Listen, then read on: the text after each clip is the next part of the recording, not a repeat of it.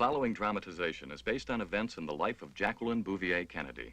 Material was derived from a variety of books, articles, and interviews.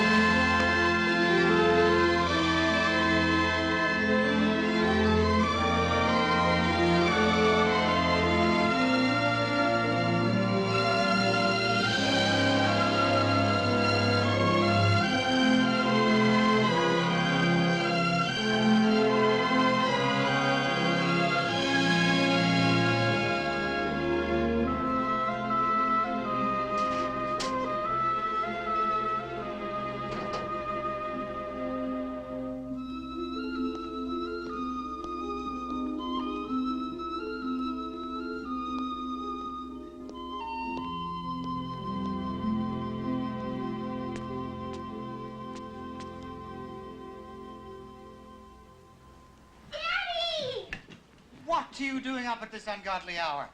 And where are you going? Question is, what are you doing up at this ungodly hour, and where have you been? Aren't you coming to the horse show? You promised. Well, of course I am. I wouldn't miss that. You go on ahead and Daddy will catch up. You sure? Well, I have to change into something with wider lapels. Let's face it, love. Yours aren't big enough to carry all those blue ribbons and get a win.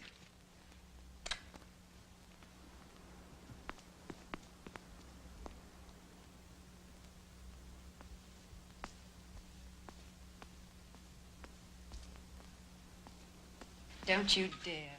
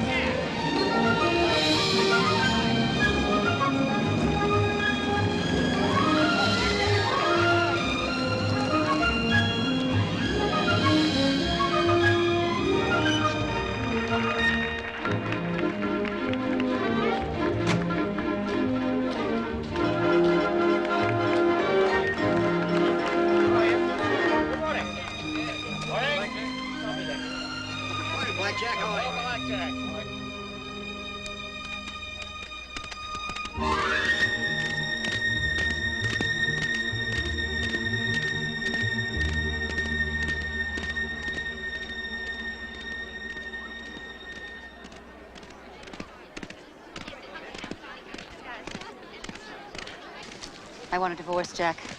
She is marvelous, isn't she? I want a divorce. Oh, you don't want one any more than I do. You're wrong. This time I mean it. Hush, let's watch her. I'm tired of watching you spend money we don't have. I'm tired of your debts and your drinking and your Can't this wait till we get home? No. I'm too vulnerable at home. Too easily talked out of it at home. You'll make your usual promises, and I'll forgive you for something you'll only do again the next day and the next. And... So I'm telling you now, here, where you can't put your arms around me. Jacqueline! Jacqueline! Get a doctor, someone! Yeah. You need a doctor, my darling? No. Oh, you can stand. Well, if a Bouvier can stand, she can walk. Isn't that so? May I escort you, my angel?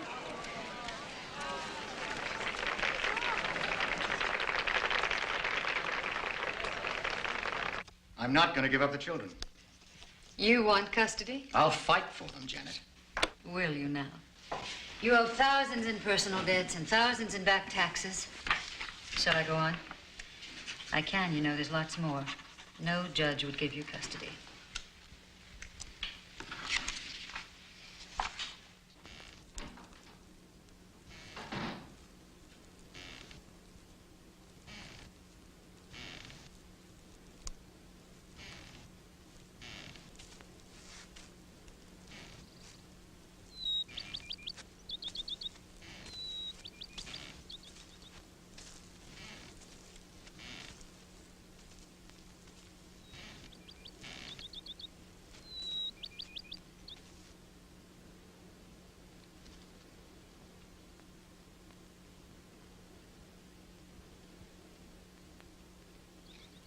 You're going away. Aha. I'll miss you.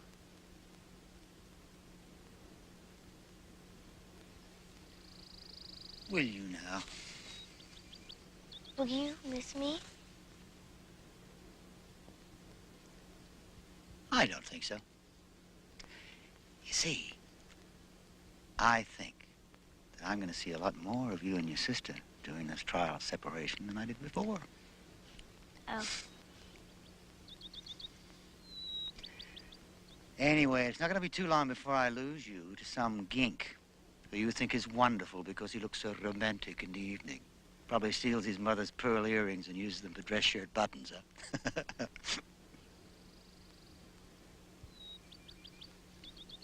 Don't you think that's funny? Yes. And why aren't you laughing?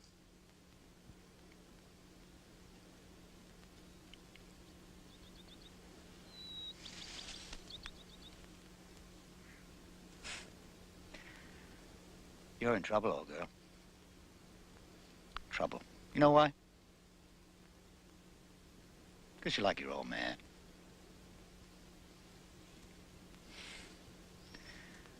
We live in a very special world, you and I.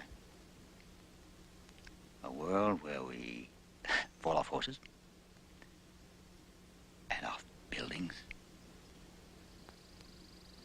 out of airplanes, into oceans. But we show the rest of the world what it's like out there, don't we? Gets a little bumpy, but we always get up again, don't we?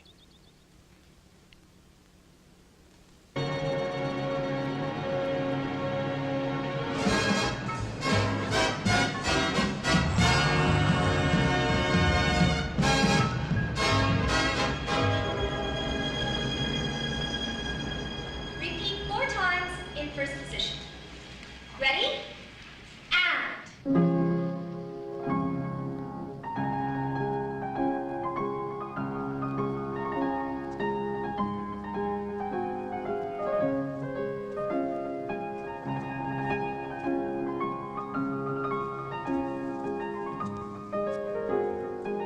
Lift your torso with style.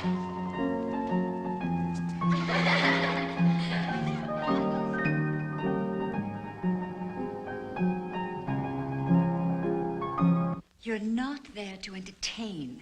You're there to learn how to move gracefully, to walk like a young lady. But you can't walk like a young lady if you don't behave like one. Must you be so rebellious? I was just having fun.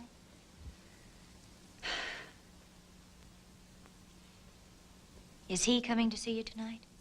He would like to be called Uncle Hugh.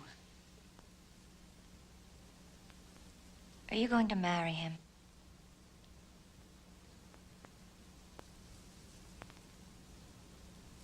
Uncle Hugh has a beautiful place in Newport. Hammersmith Farm, much prettier than Lasada. You'd like that, wouldn't you? And he has 3 children of his own. You wouldn't be lonely there. I'm not lonely here. Are you? Yes. Very.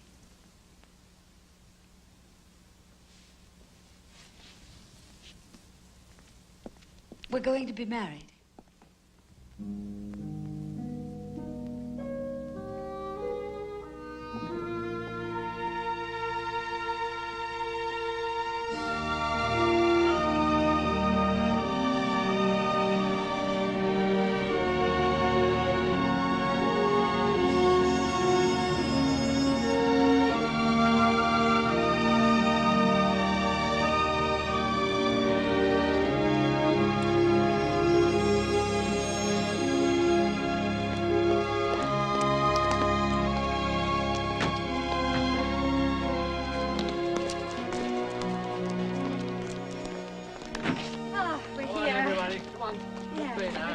Let's get ready for the reception now.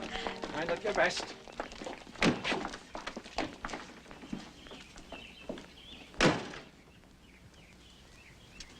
Jacqueline, aren't you coming inside?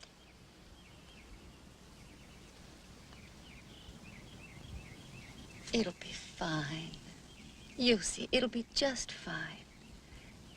As far as Uncle Hugh is concerned, you're just as much his as his children. Please, Jacqueline, the guests will be arriving any moment. Inside, Jacqueline, please.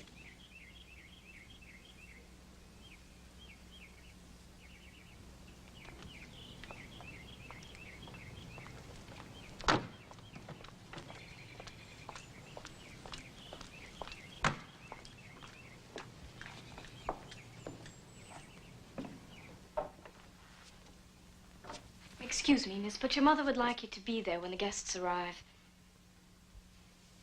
Shall I tell her you're coming downstairs? Yes. You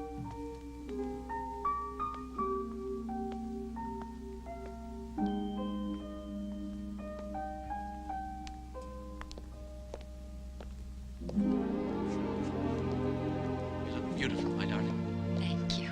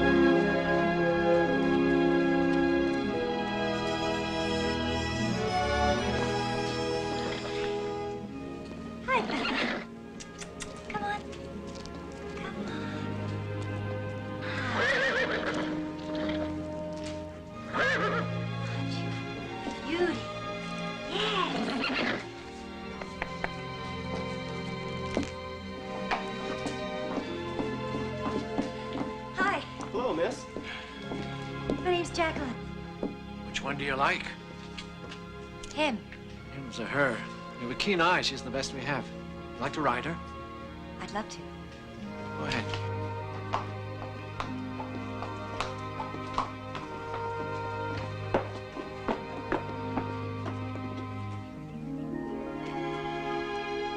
Steady now. Steady.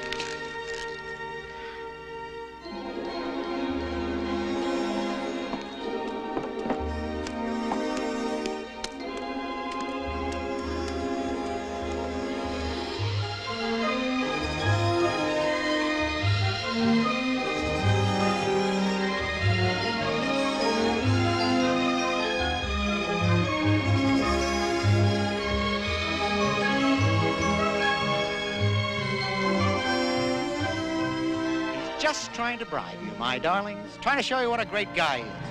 Hey, and he's trying to help your mother make you forget your old man.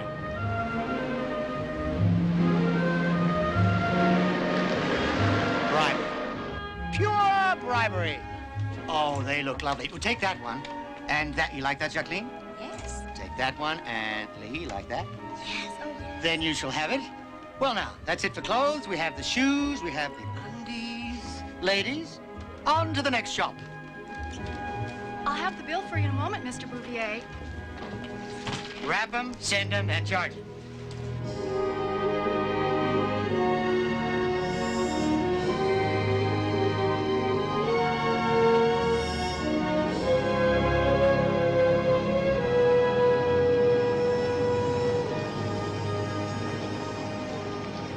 Bye, darling. Inside, quickly now. You two, inside.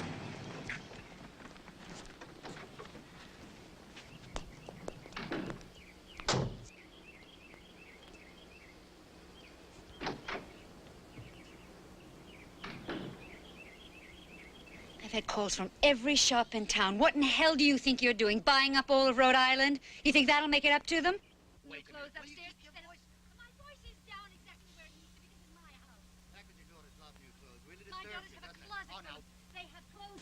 They're my children, too, Janet. Mine. I don't like substitute fathers. Substitute fathers. What do you think you've been?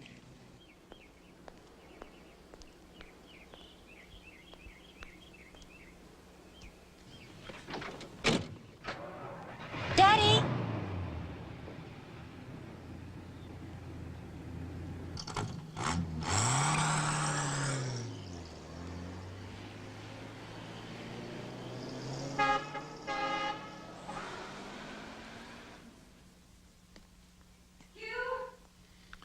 In here.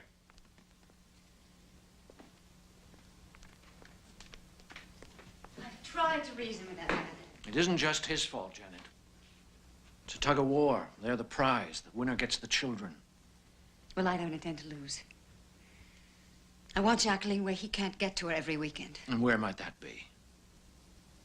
Miss Porter's school in Farmington, Connecticut. I've been thinking about it for some time.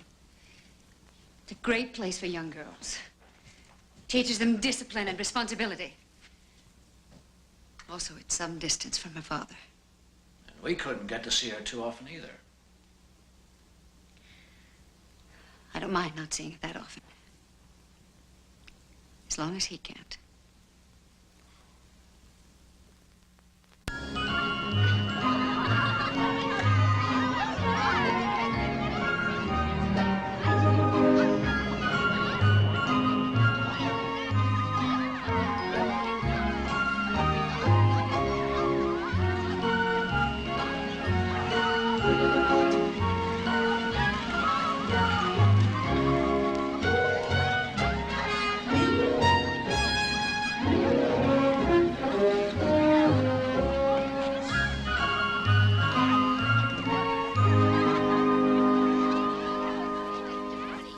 Girls sort of make their own dress code. For instance, on certain occasions, they all appear in white poplin coats. Oh, how nice. Yes. It's a sort of tradition. Well, I suppose that's it, unless you have some questions. No. Jacqueline? Well, then ask one of the seniors to point you in the direction of your dormitory. You can walk it. It's not very far. It'll give you a chance to look around. Oh, and I'll send you a white coat. Now, don't look so morose. You're going to love it here.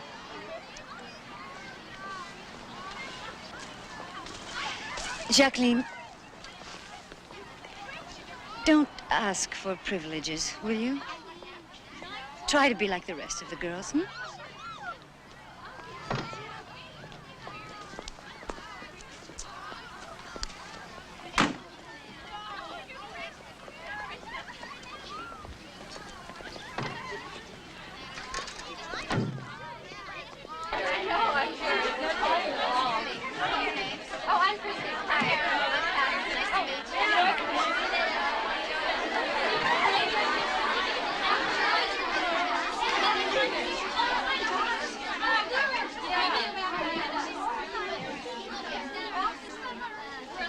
You Jackie? Jacqueline. Oh, okay. I'm Sue Norton, your roommate. Hello. I took this side, but we can flip for it if you'd like. No, that's okay. Here's your schedule for the dining room. Schedule? Yeah, your waiting days. Now, what days? Waiting. All of us here take turns waiting tables. Didn't you know that? No.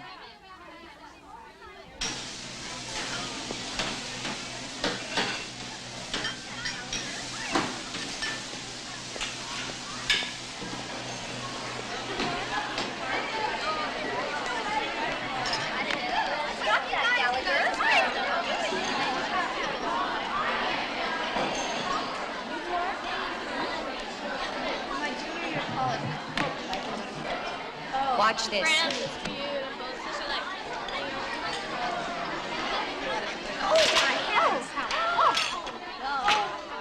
From the day you took your turn as waitress, the dry cleaner in town has declared a dividend on his unprofitable establishment. Why? I fail to understand your behavior. Your English instructor tells me that you are a model student. Well, I like English, and I like him. Well, you can't go around dropping a pie into the lap of an instructor. Another thing, I've been told that you consistently disrupt study periods. You refuse to wear your white coat when the other girls wear theirs. I thought you'd support me in this stupid thing. That's why I wanted you here. Of course I support you, always, in anything, but there are rules, old girl, for everybody. But you always said there were different rules for different people. Did I say that? Huh. Well, I probably meant it at the time. You confuse me. Both of you confuse me. Mummy keeps telling me to be like all the other girls, and you keep telling me I'm different. I don't know what I am. I'm sorry, Love. I really am sorry for what we've done to you. But I want you to be you. When you are, you'll be free of both of us. And then what? All I can do is speak French. That won't get me very much. Not even a husband. I'll probably wind up a house mother here at Farmington and never get married. Even that gink with the pearl buttons won't want me. They'll all want you. The question is, whom do you want? I want someone like you. Like me. I'm not one to be fashioned after, my darling. You see, I have no real talent, other than maybe a talent to charm. That wears pretty thin after a while. Not with me. Your Adonis is growing old, I'm afraid, my love. I'm not getting up off the ground the way I used to.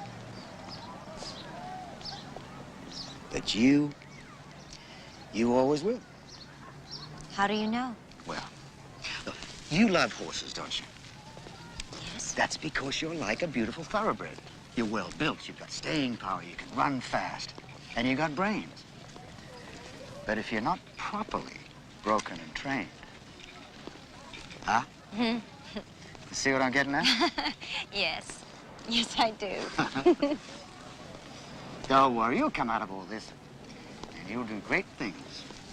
Great things. Jacqueline.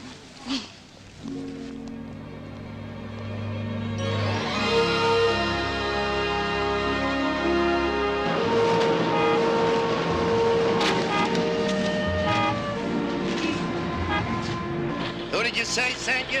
Arthur Crock of the New York Times. Who sent you to Arthur Crock? My stepfather, Hugh Auchincloss. Society, huh? Well, What's your background? Vassar.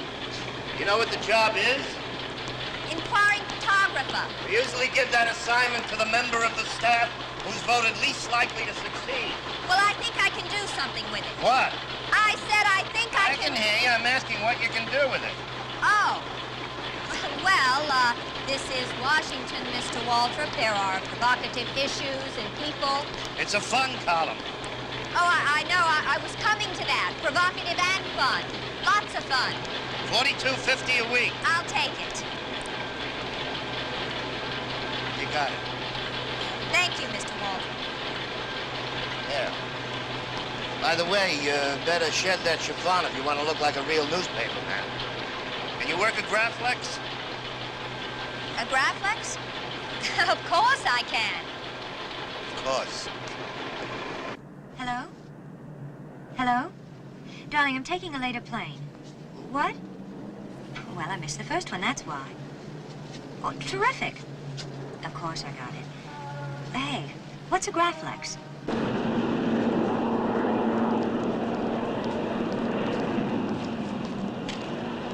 Well, you sure sounded enthusiastic about getting the job. I'm so excited. We'll take turns traveling each weekend. It'll be such fun. Okay. I'll come here to New York and you'll come to Washington. You intend to commute every weekend, do you? Other week. On $42.50 a week. I have a pretty solid job, Mr. Bouvier. Stockbroker. Yes. We've something in common, you and I. Let's have some lunch, shall we? There's a charming little place around the corner. Fine. Luckily, they're not too fussy about dress. You don't like my outfit? You look like a third baseman. Well, Well, what? do we have your permission? Take her. Oh, thank you, sir. It'll never work, you know.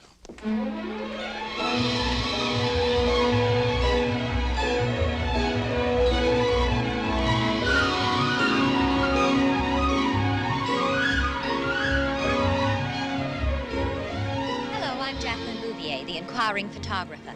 Would you like to answer a question? Why do so many people vote the same party ticket year after year?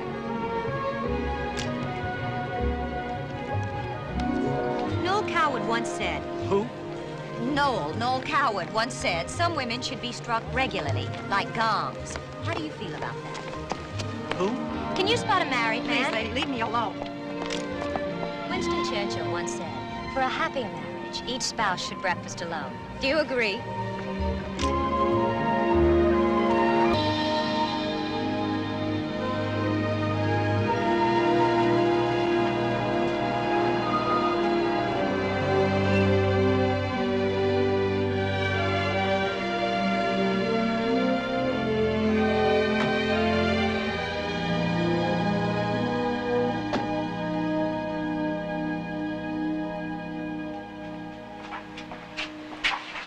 Hello. Well, that should do for both of us, I imagine. I imagine. I'm Jaclyn Bouvier. Jack Kennedy. Well, hello there. You two come together? No, I we just, just met got out back here. in. I just got back didn't into mean town, to be Charlie. late. Sorry, I'm late. The inquiring photographer, the one who trips up people on the street.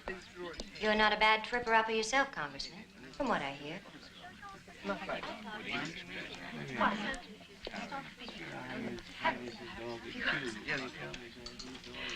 Married? Engaged. He's in New York. Ah, travel weekends, I suppose. When we can. You? Be what? Married. Yeah, please. Anti-marriage, are you? Only for me. Why? Well, I don't think I'd make a very good husband. Really? Of course, it might be a handicap when I run for president. President? Mm-hmm. Of the United States? Well, unless I change my citizenship. I'm sorry, that was stupid of me.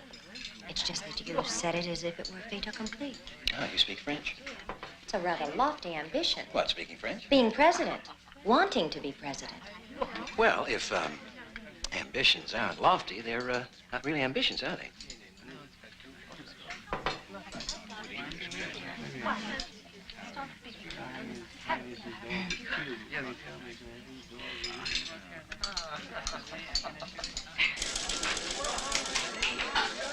Jackie, Mr. Waldrop.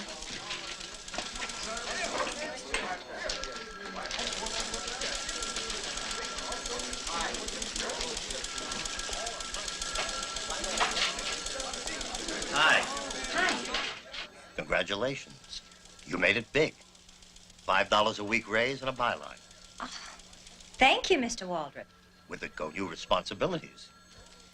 I want you to start interviewing some political figures. Broaden your base. But I can't get there, John. I just can't. Well, I'm on special assignment. Of course I'd love to see you. Look, why don't you come here? Well, if it's business, you better attend the party. I miss you, too. Next weekend for sure. Bye. Darling.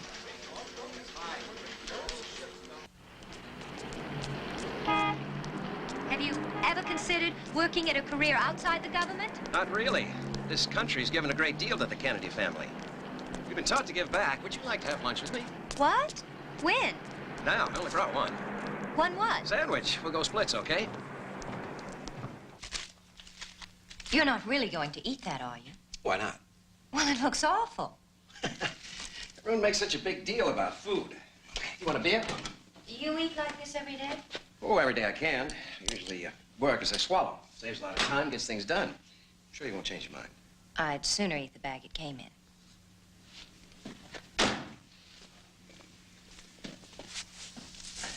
You're really serious about this president thing, aren't you? I am. Why? Why does it mean that much? Well, everyone has a dream, and that one's mine. And your father's, I understand.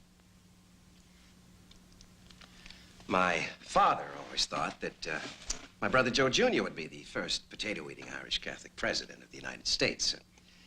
He was killed in the war, and I'm next in line. Do you mind being a replacement? Well, it's more like accession. You sound like royalty. This country is in a mess right now, like the rest of the world. And you're the man who can change it. Well, let's just say that progress is made because of ideas, fresh ones, new ones, ideas, and I have a few. I want to get this country moving again. Thank you. You're welcome. Good luck with your dream. Well, it's not a dream anymore. Once you open your eyes, it's surreal.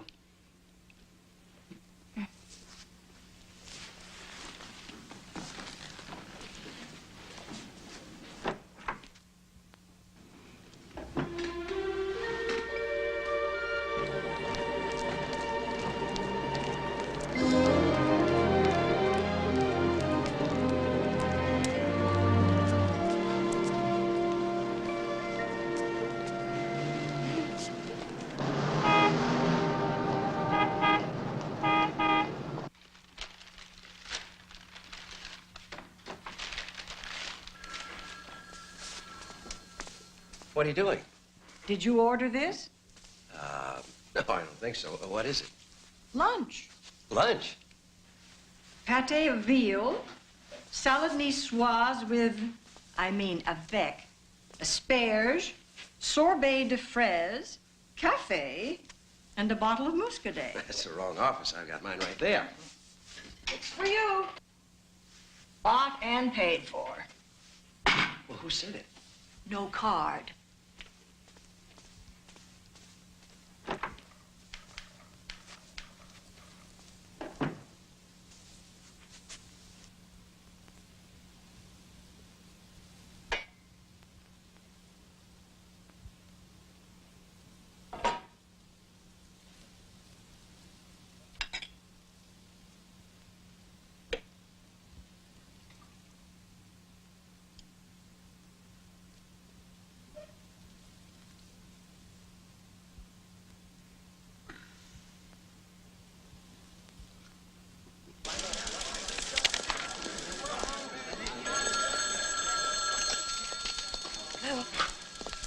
Yes, I'll get her. Jackie, there's a call for you. Who is it? Jack Kennedy.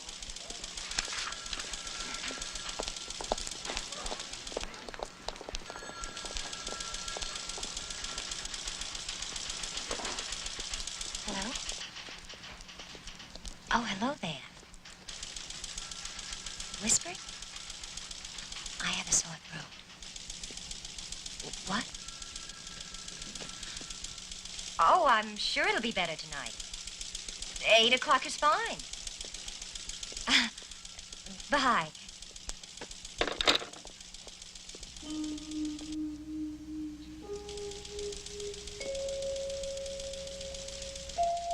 Business. Business.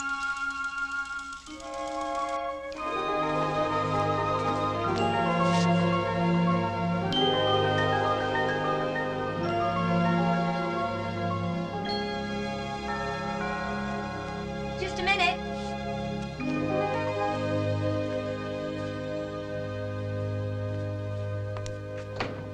Hi. Hello. Come in. No, I can't. You can't A friend come of in? mine's holding the cab out here. He's joining us. You don't mind, do you? From my home state. Yeah, good. Grab your coat. Go on. Well, let me tell you something. One thing I learned about politics, you never know who can suddenly deliver support. The smallest man in the smallest job in the smallest district. Nevertheless, you can never overstate the importance of good organization. Obviously, the candidate and his ability and personality are extremely important. Don't forget the power of television. What I'm trying to say, Jack, is that apart from $3.25, sir. Oh, do me a favor, will you? Come prepared. I never remember to carry money. What, without good telephone campaigns and good press relations and voter registration?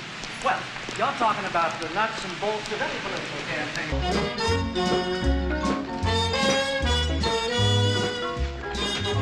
The people of this country must feel some sort of personal bond with their president. He no longer is able to campaign with only printed statements of policy. Now that the people can see him in their homes, they want to be able to walk with him, touch him. In a sense, the candidate loses his mystique, Jack. I'm not sure that that's good. It brings him down to a different level. It brings him up to a different level. He is face to face with the people who elected him. What's wrong with that? Woman power is the great neglected resource of American politics. Women have the time, the energy, and the political concern. And any candidate who can arouse their enthusiasm can be almost unbeatable. You appeal to the women of this country, and the young ones will want to marry you, and the old ones will want to mother you. All I want to do is get out. What? This woman power is home. Oh. Don't bother. Good night.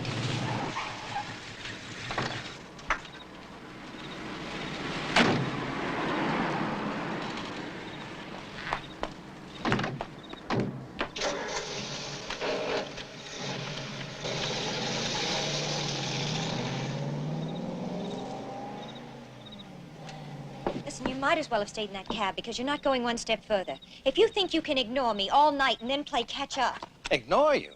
Yes. Well, I'm sorry. I didn't realize that, look, that man is very important to me. Well, then go to his apartment.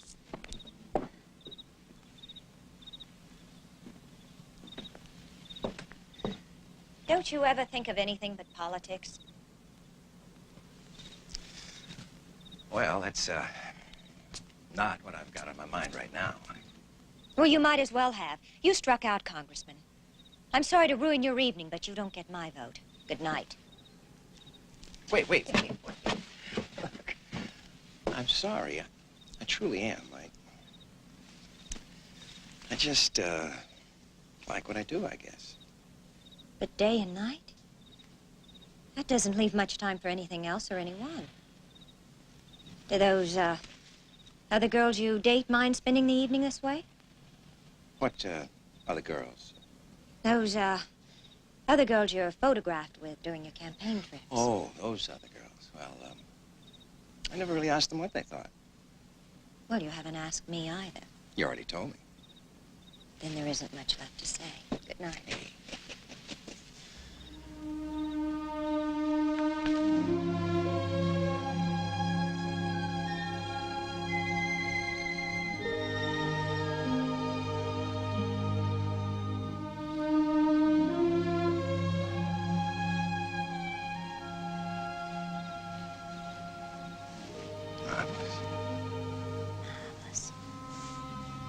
You're making fun of me.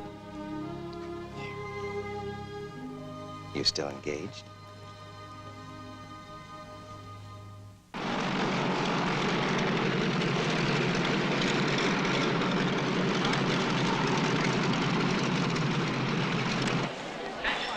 Hi.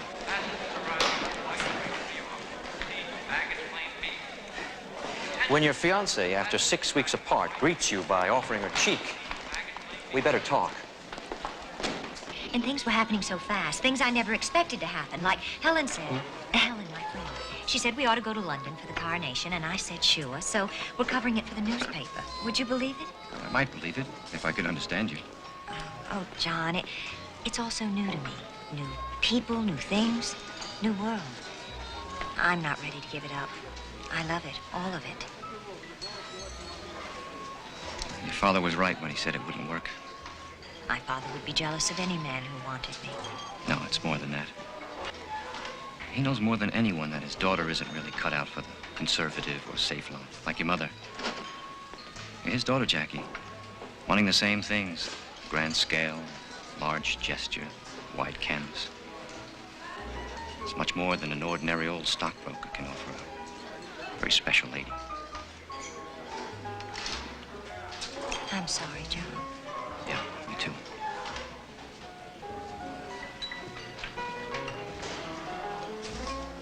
Friends?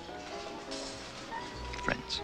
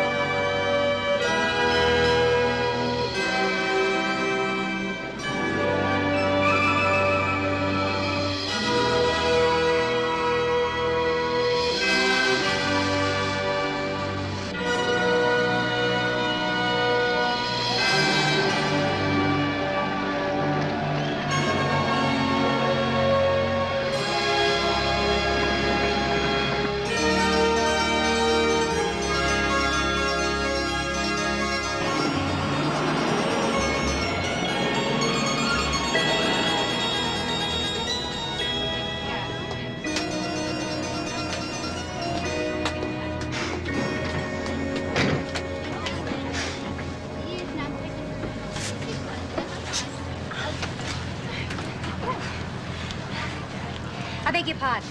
I'm Jaclyn Bouvier of the American Press. As an Englishwoman, are you excited about the coronation? I am indeed excited about the coronation. I am appalled at the waste of money when people are starving all over the world. Ritualism must become a thing of the past. And I feel... Thank you very much. I feel that the future of the oppressed organizations of the world... Thank you. You asked me a question, young lady. Thank you. I'm only answering what you asked. Why are you running away from the truth?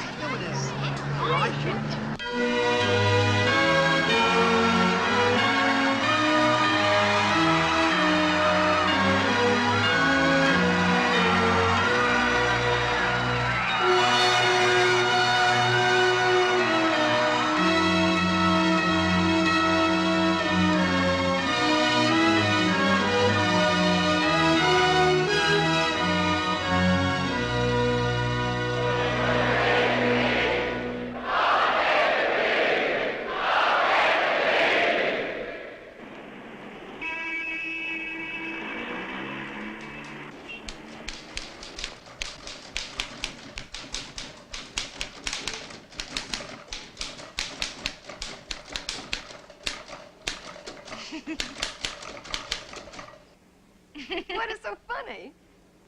The thought of bringing Jack home to dear old Dad. A Republican, huh? Died in the flesh. Conservative right down the line. He also hates the sound of anything pronounced Kennedy. You see, Jack's father was the head of the SEC after the crash, and my father blames him for everything, from the loss of his money up to and including World War II, maybe even one. Can you picture me bringing Jack home under those circumstances? Anyway, just doesn't take me seriously. Maybe it's because he's 13 years older than I. Well, didn't he even call to say goodbye or send flowers or write something romantic? Romantic? The last date we had, he called me because he couldn't get an appointment with his barber. We went to a movie about politics. He's crazy and elusive and he's really going to be president of the United States. What would he want with me?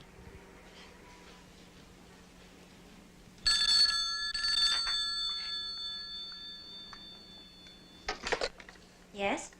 Jaclyn Bouvier, please. Speaking. Hi, it's Jack Kennedy. Hello. How's it going? Just fine, thank you. I've been reading your dispatches. They're very good. Thank you. You're welcome. How are you? Well, fine, fine. And you? Just fine, just fine. Why are we shouting? What? I said, why are we shouting? Oh, I don't know. Ridiculous habit, isn't it? Yes, ridiculous. Yes. Listen, when are you coming home? Wednesday. Flight 42. It arrives at noon. Oh, good, good. I was hoping it would be before that. Really? Why? You remember those books you said you wanted to get for me? Books? Yes. Foreign politics. And legislation.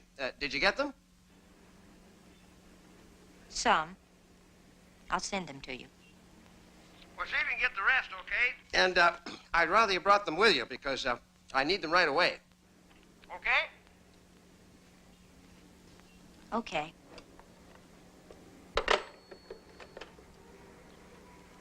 Books. He wants books.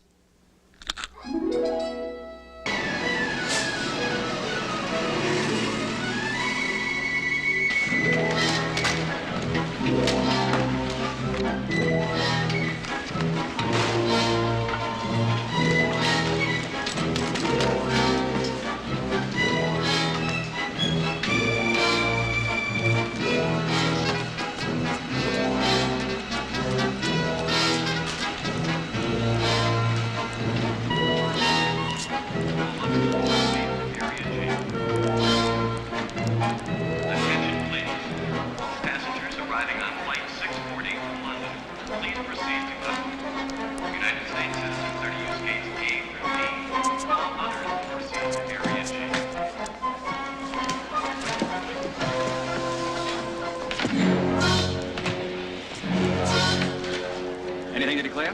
No. What's in there? Books. Put them up here.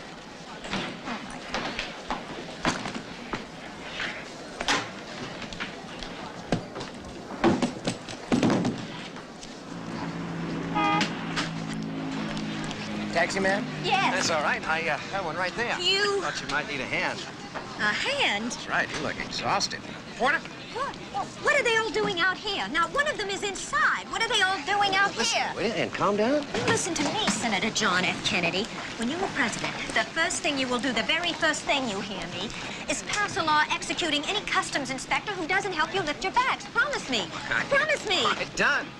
Did you get the books? What do you think is in there? $100 overweight. You owe me $100 now. I never carry money. I want it now. I'll pay you later. Who's going to tip the porter? If you don't carry money, you expect me to... Now, look, I'm not very good at this sort of thing. Will you marry me? What? I missed you. Yeah? The minute I saw you, I knew you'd be the one I'd marry. How big of you? You sure you're not doing this just to get out of paying for the books? Get in, huh? Come on, come on. Get in. Oh, Jack. What? You did ask me to marry you, didn't you? I think I did. I can't believe it. I'm not sure I can. Did I answer you? I don't remember. Yes. My answer is yes. Good.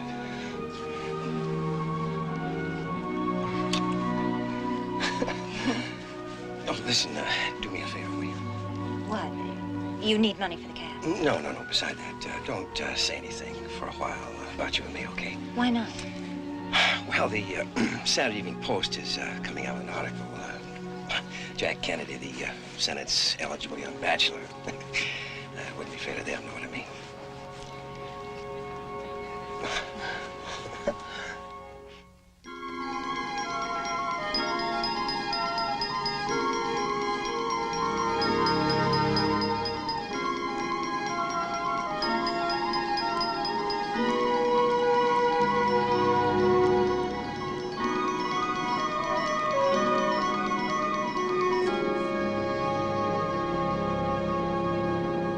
when you were just learning to read and write. The first thing I taught you was that Kennedy was a dirty word around the house. I'm not marrying his father. Thank God for small favors. All my misfortunes on Wall Street can be blamed on the Kennedys. On one Kennedy. Kennedy's a Kennedy, and you want to become one. And a Democrat, dear God. A Democrat to boot. Well, I shall be in my room watching the fight on television. You will stay right here. Now, you just listen. This fight is more important to me than meeting some Democrat senator whose family robbed me of every remaining cent. You will stay where you are, and you will be civil. You'll be civil. Civil.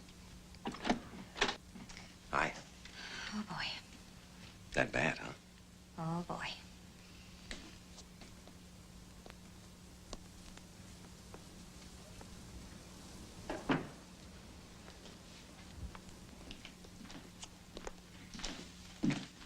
Jack Kennedy, Jack Bouvier.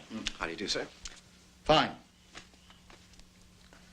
Why don't we sit down? In my chair. Oh. Lower back problems. Oh, really? You know, I'm troubled by the same thing, old war injury. I know a very fine doctor, Mr. Bouvier. I have my own doctor. Thanks. Jack?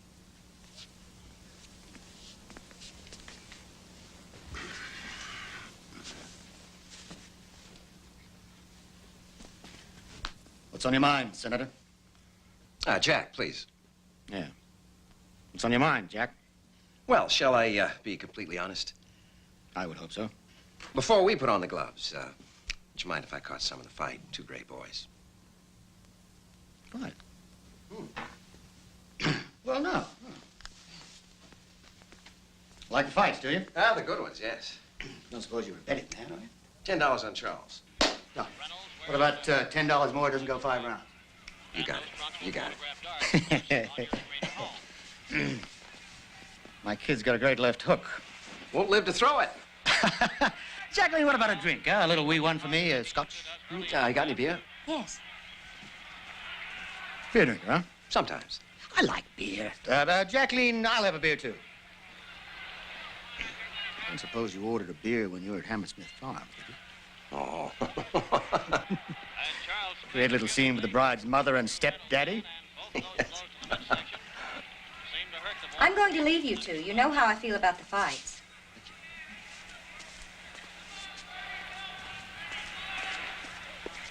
Reynolds' nose is reddening a bit.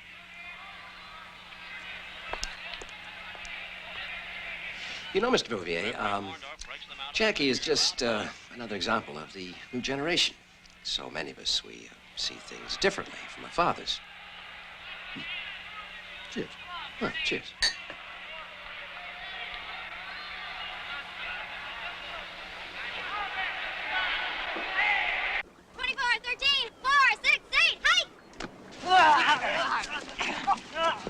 Run, Eunice! Run! Go on, all the way!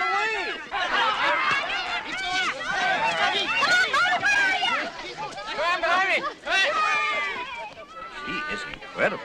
That Eunice is incredible. She's more competitive than the boys. You know, Jack, she just might be president one of these days. Competition. That's what makes them go. Go where? You don't think much of competition. Well, it's not me. It's part of everyone. Would you like some more iced tea? No, thank you. Bobby! Jack, look at this. Bobby!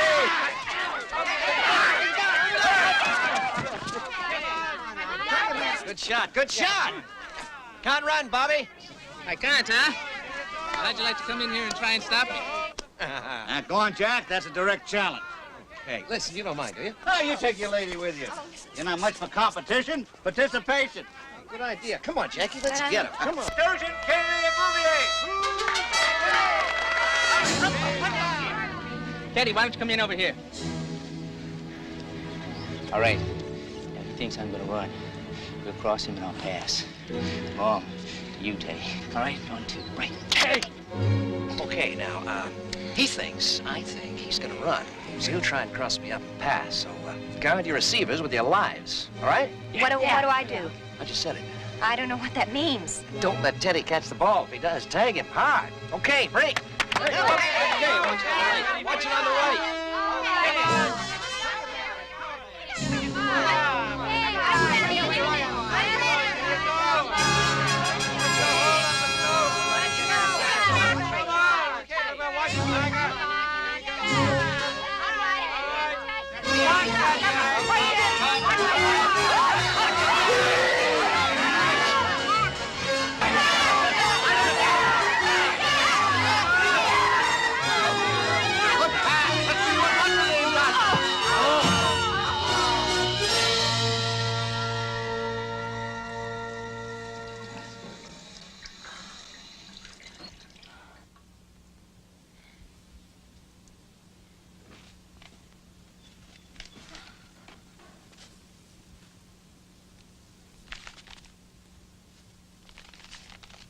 You going out again?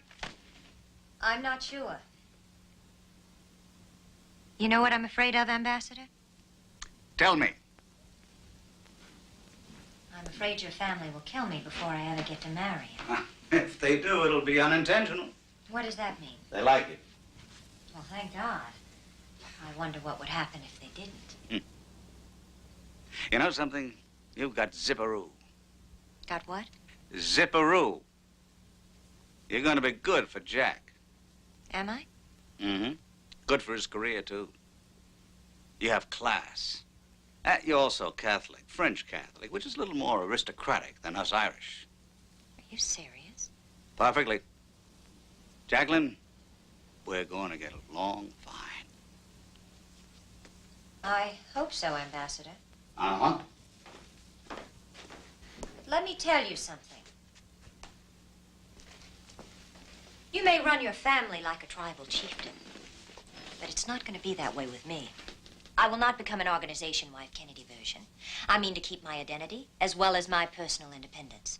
And when we summer at Hyannisport, my husband and I are not going to dine at your house every night as the others do. Once a week, okay, but not every night. I warn you, life with me will not be easy, but life with your son won't be easy either. He has more faults than a lot of men I know. He has a track record with beautiful, empty-headed starlets and models. And he'll probably be, by his own admission, a lousy husband. But like my father, he's the most fascinating man I've ever known.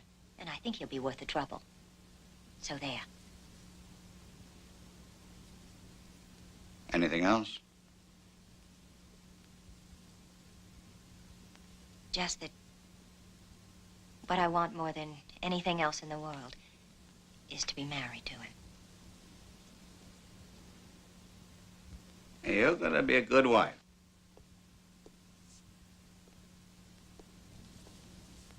More important, you're going to be one hell of a first lady.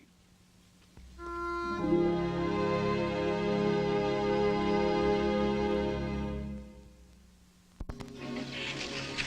don't want anything lavish, just a nice, small, tasteful wedding. No press, no pictures, just a discreet announcement in the Newport papers. She lost her mind. Her daughter's marrying a public figure, a United States Senator.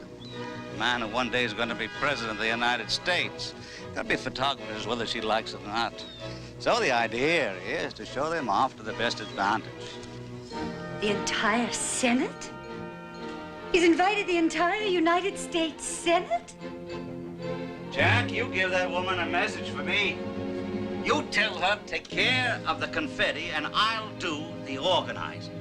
That man is bringing in every Irish Catholic priest that's ever been ordained. It's going to be a Roman ritual. I'd hold it, everybody. I've asked Archbishop Cushing to perform the ceremony, and we'll get Monsignor Rossiter to assist him. All right?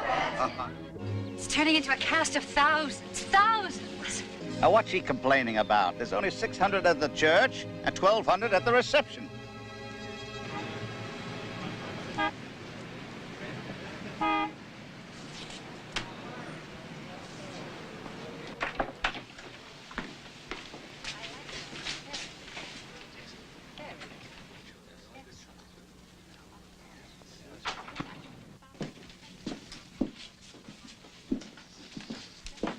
Hello, Ross.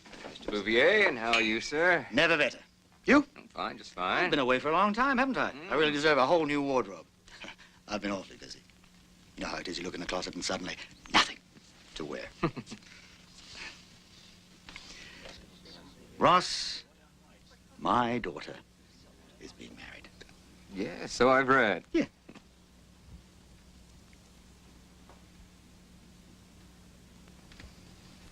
I need a cutaway. With accessories. Mr. Bouvier, Please. I'm supposed to give away the bride. I want to walk down that aisle with pride. Especially in front of that crowd down there. With pride, Ross.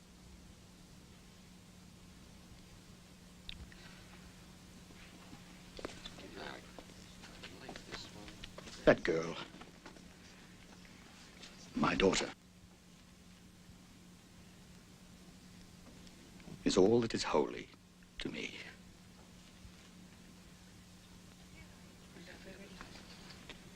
A cutaway. I want to prove to that mob who Jacqueline's real father is.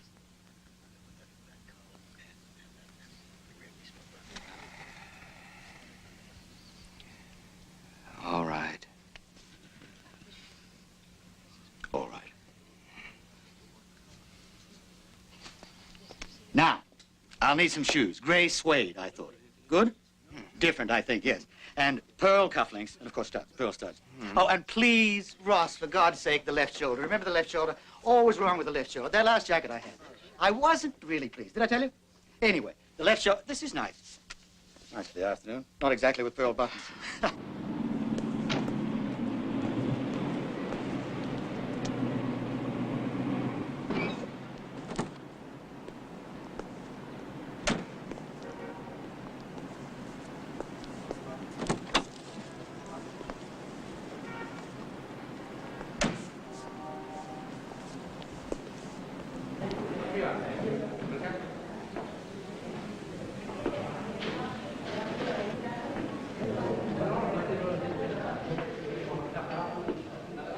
John V. Bouvier, father of the bride. Oh, yes, Mr. Bouvier. If you'll sign right here, please. Thank you. Mr. Bouvier, Just one second, gentlemen. Show Mr. Bouvier to his room, please. You did say room. Why? I trust the suite is an adequate one. Yes, of course, Mr. Bouvier. Sir, would you care to make that statement now? Gentlemen, just say that there was never any doubt in my mind that I had spawned a future lady of greatness. You understand, of course, that spawning a great lady is not easy. One is constantly bucking the tide. Mr. Bouvier, what do you think about this candidate? Gentlemen, just in case Jack does not become president, Jacqueline will still be First Lady of the land and has been always to her adoring father. Thank you. Thanks. Mr. Bouvier.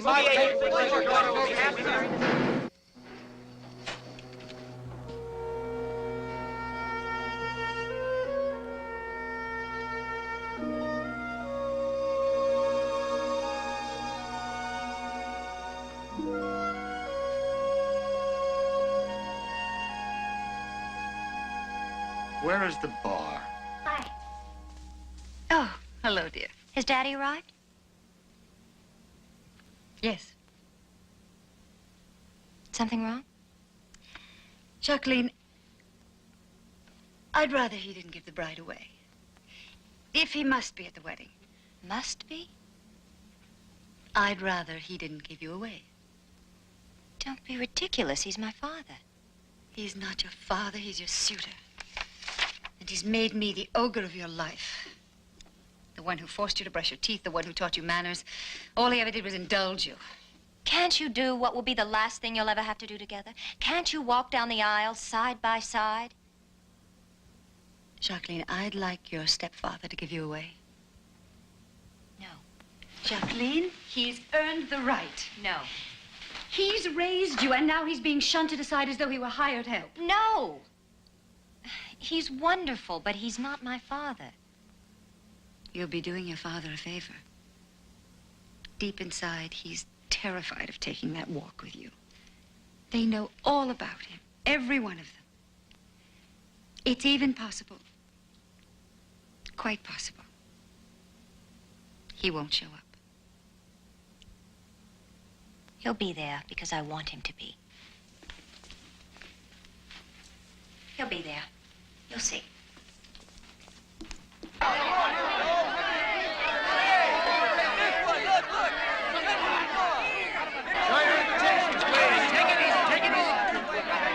Outside. Take all your pictures outside.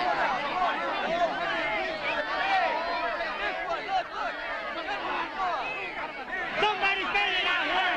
I'll be right down there.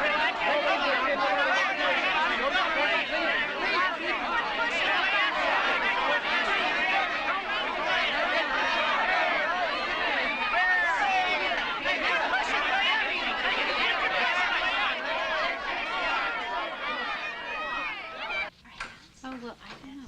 Can I fix your hair? Would you? Yeah, your hair. Ready, darling? Almost.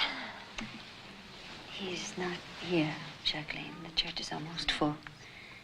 And he hasn't arrived. Everyone's very anxious to begin. He probably couldn't get through the crowds. Anyway, he's always late. He'll be here. Darling, I don't think we should delay any longer. We're not starting until he gets here.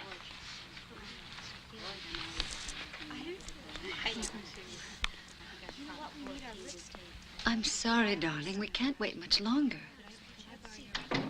Oh, it should be. Excuse me. Okay. Would you mind calling the hotel? Yeah, of course.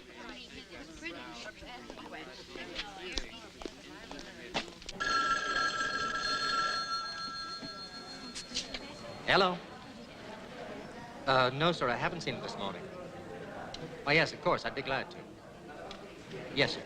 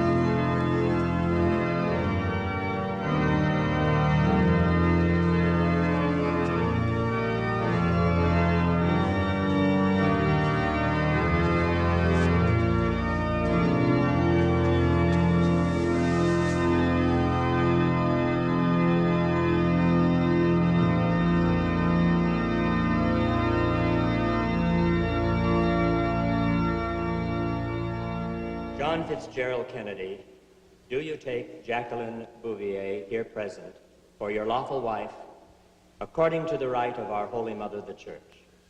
I do. Jacqueline Bouvier, do you take John Fitzgerald Kennedy, here present, for your lawful husband, according to the right of our Holy Mother, the Church? I do. Now join your right hands and pronounce after me your wedding vows. I, John Fitzgerald Kennedy. I, John Fitzgerald Kennedy. Take you, Jacqueline Bouvier. Take you, Jacqueline Bouvier. For my lawful wife. For my lawful wife. To have and to hold. To have and to hold. From this day forward. From this day forward. For better, for worse.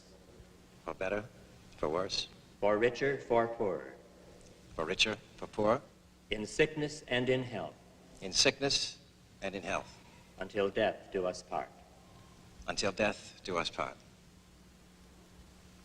I, Jacqueline Bouvier, I, Jaclyn Bouvier, take you, John Fitzgerald Kennedy, take you, John Fitzgerald Kennedy, for my lawful husband, for my lawful husband, to have and to hold, to have and to hold, from this day forward, from this day forward, for better, for worse, for better, for worse, for richer, for poorer, for richer, for poorer, in sickness and in health, in sickness and in health, until death do us part. until death do us part. By the authority of the Church, I ratify and bless the bond of marriage you have contracted. In the name of the Father, and of the Son, and of the Holy Ghost, amen. And now the ring, please. Let us pray. Bless, O Lord, this ring, which we are blessing in your name, so that she who wears it, keeping faith with her husband in unbroken loyalty, may ever remain at peace with you according to your will, and may live with him always in mutual love. Through Christ our Lord. Amen. Strengthen, O God, what you have wrought in us from your holy temple which is in Jerusalem. Lord, have mercy. Christ, have mercy. Lord, have mercy. Our Father, who art in heaven, hallowed be thy name. Thy kingdom come, thy will be done, on earth as it is in heaven.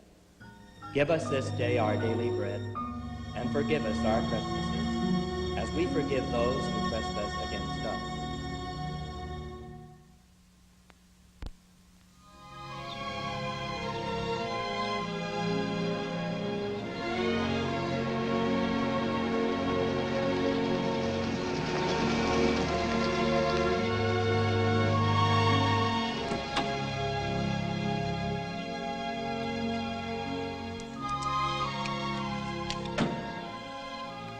What do you think?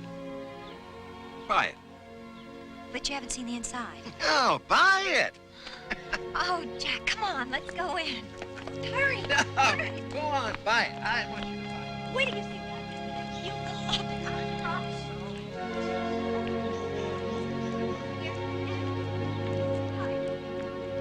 The time isn't ripe yet, Jack.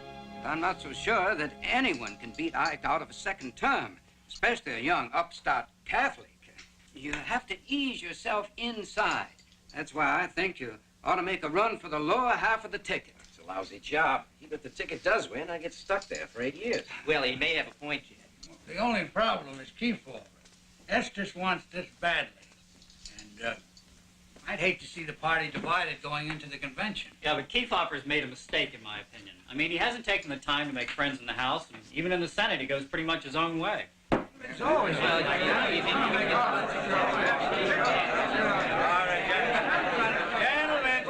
know you have your own opinions. Gentlemen, order!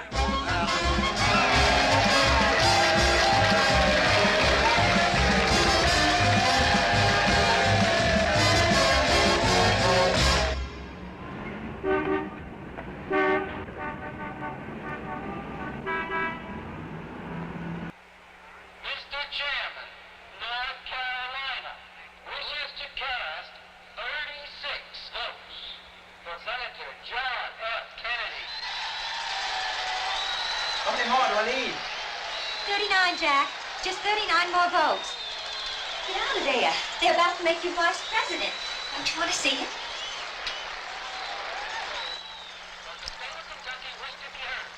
The state of Kentucky wishes to cast all of its 24 electoral votes for Senator John F. Kennedy.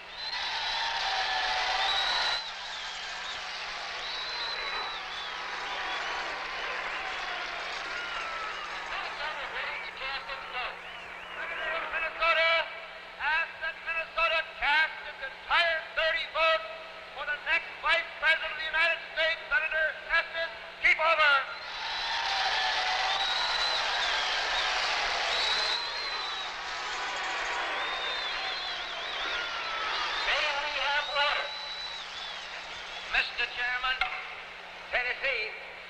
Chairman, Tennessee respectfully requests the opportunity to change its vote to Senator Kefauver.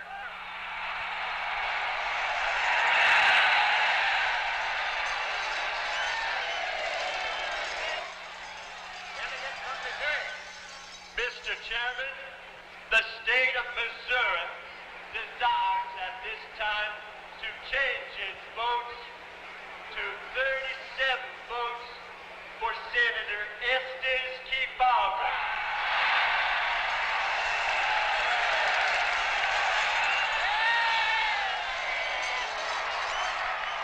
Trouble?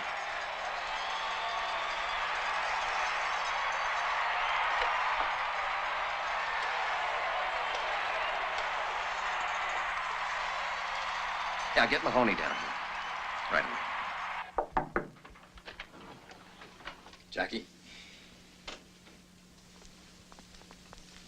What happened? Everything went wrong, Jack, all at once. It started when Gore released his Tennessee delegates to Kefauver. Oklahoma heard about it, and they switched, and it started to snowball. Minnesota cast their Humphrey votes for Kefauver, and then Missouri jumped on the bandwagon, and suddenly the string ran out. 39 votes. That's all you needed to go over the top. And they are nowhere to be found.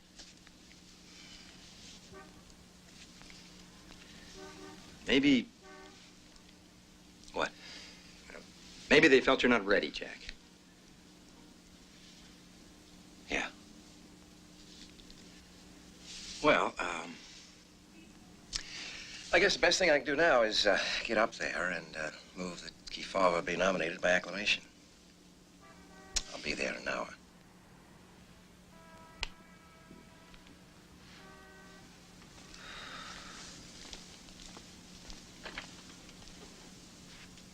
I'm so sorry, Jack. Yeah. Well, at least your antiques are safe for a while. All the stupid things I did. All the things I didn't do. Might have made all the difference. Damn it, so close, so ridiculously close. You know, it might be for the best, Jack. Another 4 years, and you might be able to skip the vice presidency.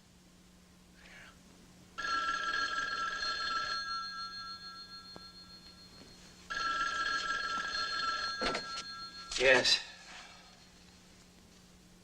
I'm speaking. It's my father calling from South France. Hello? Hello, Dad. No, it's all over. They went for Kefauver. Look, I think it's important that we analyze this thing quickly. I could fly out and visit with you in the morning. Good, all right. I'll see you then.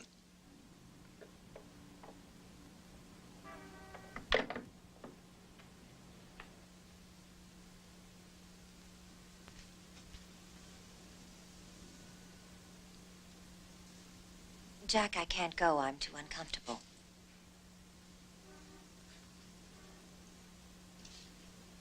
I'd rather not be alone at this time.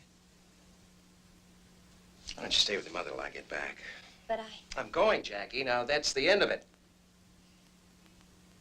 That's right, Senator. Run to Papa. You lost your marbles, so you better run to Papa and find out how to get them back. Baby isn't due for a month. I'll be back long before that. Really? I have to go. There are fences to mend.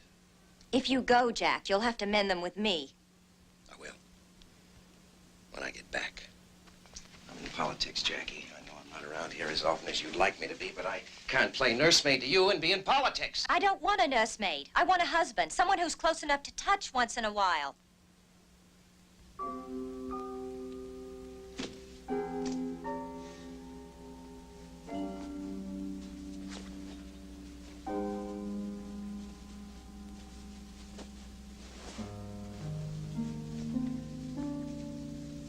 Okay.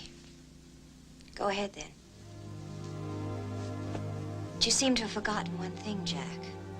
When things go wrong and you feel a need to run to your family, that's what I am.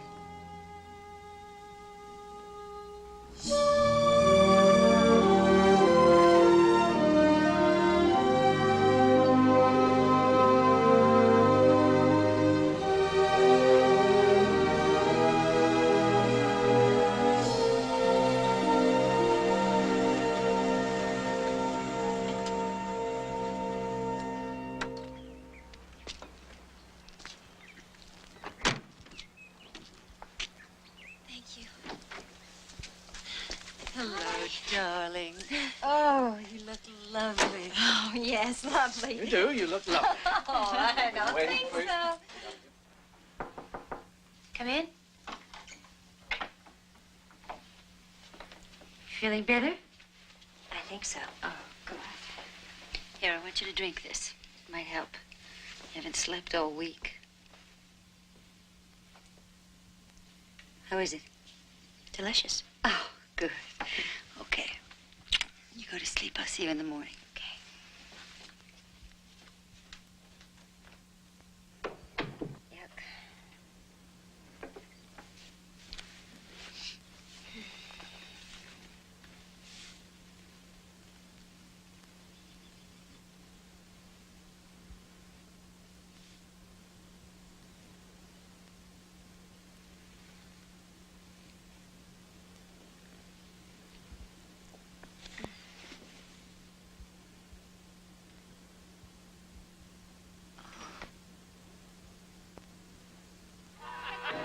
Now, listen to me, son. You just have to forget what happened at the convention. It's past.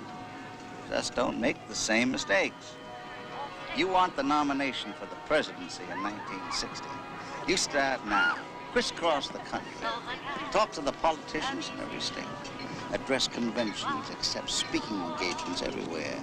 You spread your name and your reputation across the land. Excuse me, Senator. I don't mean to interrupt, but this message just arrived for you. Thank you. If you're home any weekend during the next 4 years, it's because you're not doing what you're supposed to be doing. The baby was stillborn.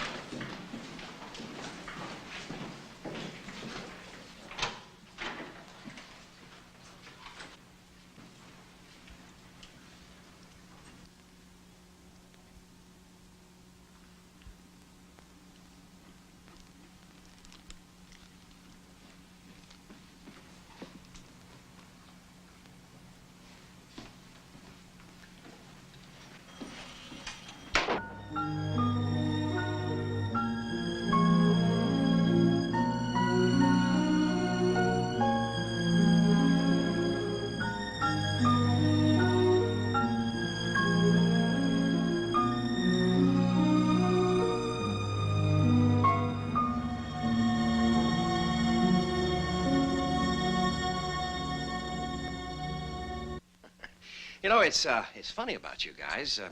Last year, you kept telling me to get into the race. Now you're telling me I should feel happy because I lost it. Things are going to be different in 60, though. I promise you that. We made too many mistakes on the convention floor, and we shall be careful not to repeat them. For one, we're starting early. We're starting now.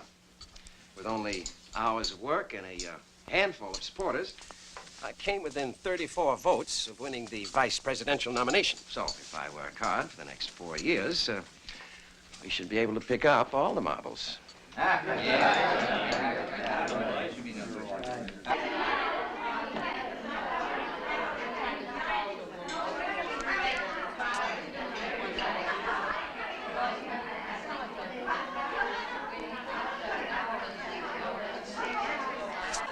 Oh, how's it going, huh? Fine. Good. Be charming. Oh, always.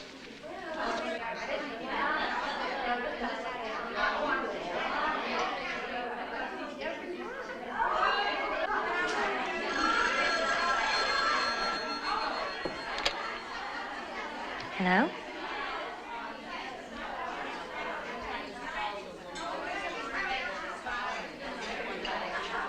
All right. I'll be there.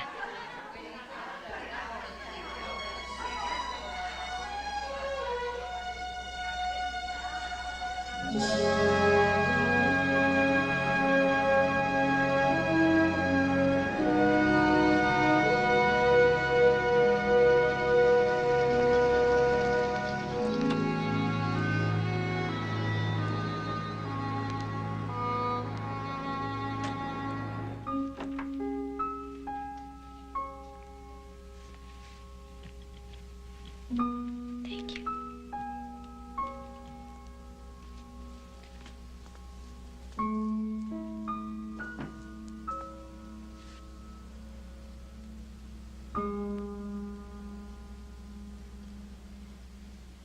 Hello, Jacqueline. Hello, Black Jack. Been a while. Mm-hmm. What the hell are you doing here now? I'm getting kind of unwieldy, and I thought I'd better get some shopping done before the baby comes. It's gonna be any minute, huh? It could be.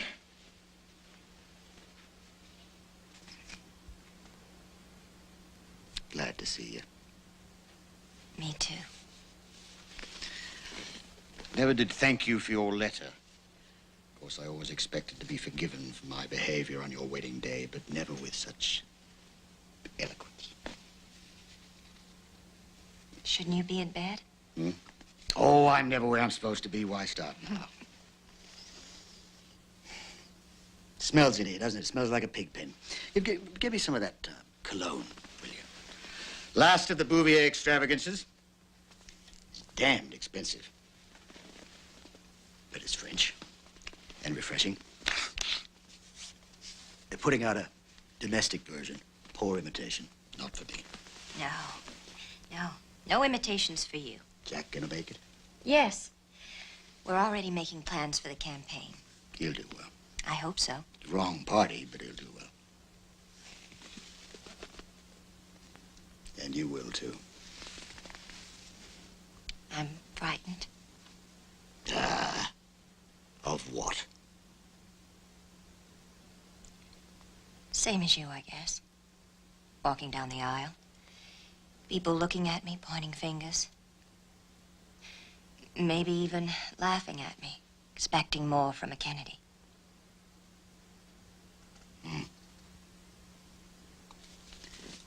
Now, you listen to your old dad, Jacqueline. Best advice I'll ever give you.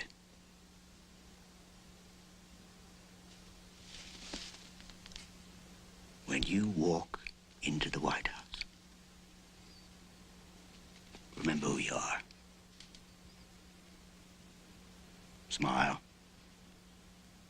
Chin up. Eyes straight ahead. And when you take center stage,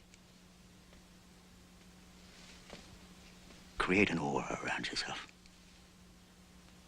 Maintain a certain aloofness. Withhold a little something, tease a little bit. Be mysterious. And above all, never let them know what you're thinking.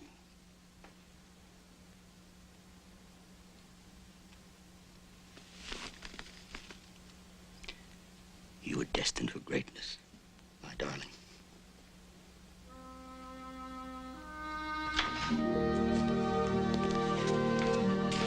Hi.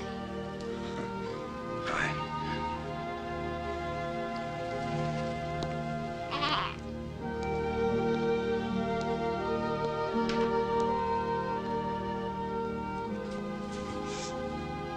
Oh, yeah. It's okay. So beautiful. Sure is. Here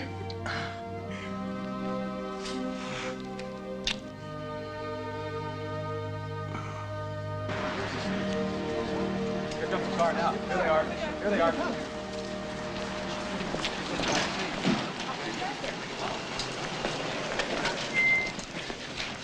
Welcome home, Senator. Glad everything turned out all right. Well, thank you very much. All of you, or Jackie and myself, thank you. Are you disappointed it wasn't a boy?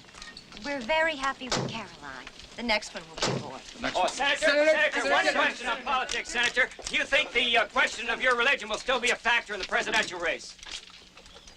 Well, I would hope that no American, considering the really critical issues facing this country, would waste his franchise or throw away his vote by voting either for me or against me because of my religious affiliation. It is not relevant. I am saying to you that my decisions on every public policy will be my own as an American as a Democrat, and as a free man. We stand today on the frontier of the 1960s. The frontier of unknown opportunities and perils. The frontier of unfilled hopes and unfilled threats. The new frontier of which I speak is not a set of promises. It is a set of challenges. It sums up not what I intend to offer to the American people, but what I intend to ask of them. It would be easier to shrink from that new frontier, to look to the safe mediocrity of the past, be lulled by good intentions and high rhetoric. And those who prefer that course should not vote for me or the Democratic Party.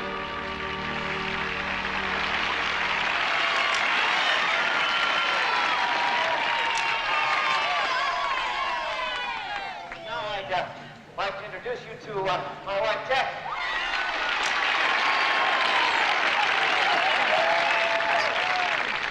Buenos días, mis amigos. Estoy muy contenta que puedo estar aquí con ustedes.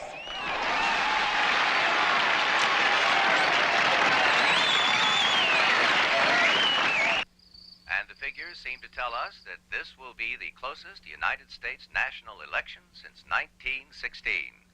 The Democratic nominees, Senator Kennedy and Senator Johnson, are headed for an electoral college majority if this trend continues, although they are carrying fewer than half of the 50 states over the Republican team of Vice President Richard Nixon and Henry Cabot Lodge. Unofficial returns from all 50 states indicate that the popular vote favors Senator Kennedy by less than 0.2%. And as the counting continues, either candidate could be President of the United States by morning.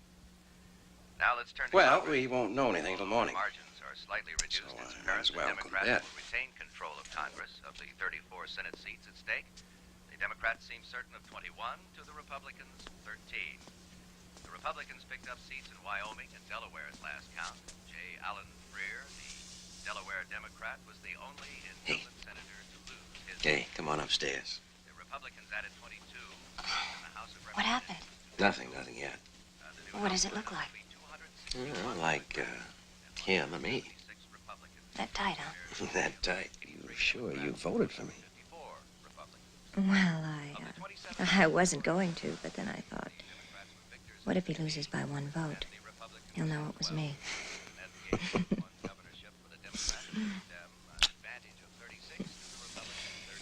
You won't laugh if I tell you something, will you? I'll try not to. I voted just for you, no one else. Oh. Well, it's not every day that someone can vote for her husband to become president of the United States. I didn't want to dilute that by voting for someone else. Oh, well, that's no problem. Somebody else will lose by one vote. That's his problem. That's right. You know, if you become First Lady, there's some concessions you'll have to make to the role. Oh, I will. I'll wear hats. Come on.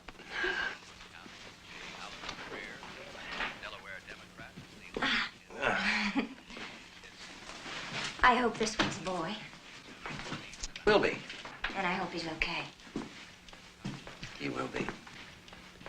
You know what I wish? What do you wish? I wish my father had lived to be a grandfather. Yeah. I don't know why I'm talking so much. Nervous, I guess. Hey, please put your arms around me. Wherever they'll fit. Good morning, ladies and gentlemen. Bob Finch and I have just finished analyzing the latest elections results with Vice President Nixon. The last state we analyzed was Minnesota, where Senator Kennedy now leads. We believe that he will hold that lead and get the electoral vote count that he needs to win the office of the presidency. Oh, bye. I'm going as fast as I can. You okay? Uh-huh.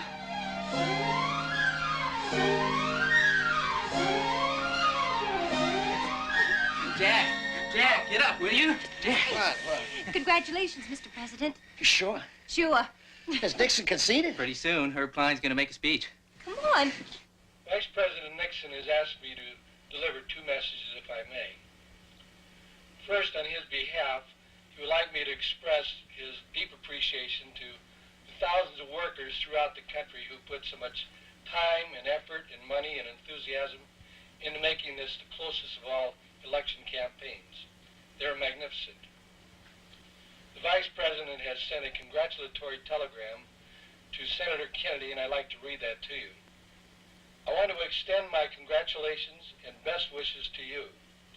I know that you will have the united support of all Americans as you lead the nation in the cause of freedom and peace during the next 4 years. That's signed, Richard M. Nixon.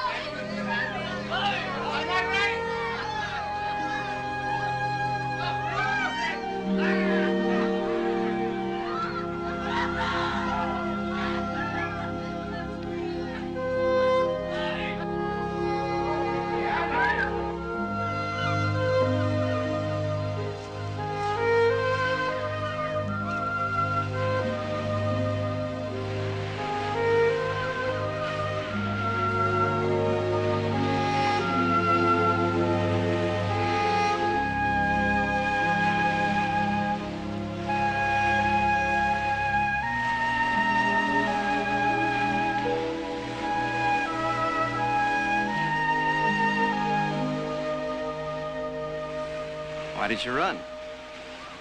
I don't know. Suddenly got so big, Jack. Being First Lady? No. Being the wife of the president. Can't think of myself as First Lady. Not yet. Right now, I'm the president's wife. How does it feel? I'm numb. Jack, I'm actually numb.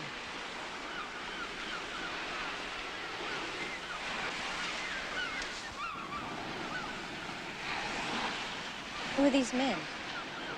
Secret Service. So many of them. Why do we need so many of them? It's routine. The president has to be protected. From what? Relax. Nothing's going to happen.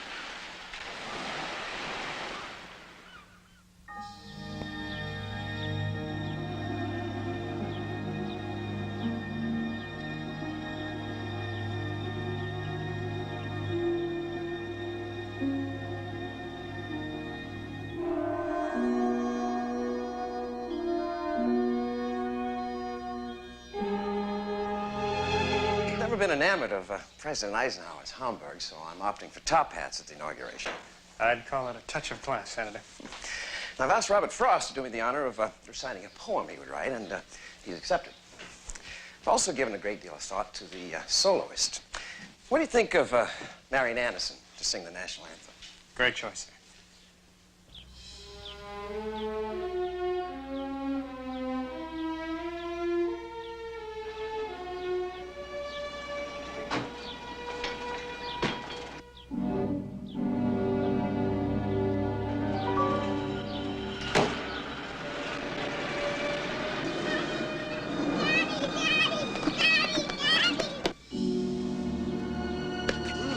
You forgot to give me and John a kiss goodbye. I did? Oh, well, can't have that. There.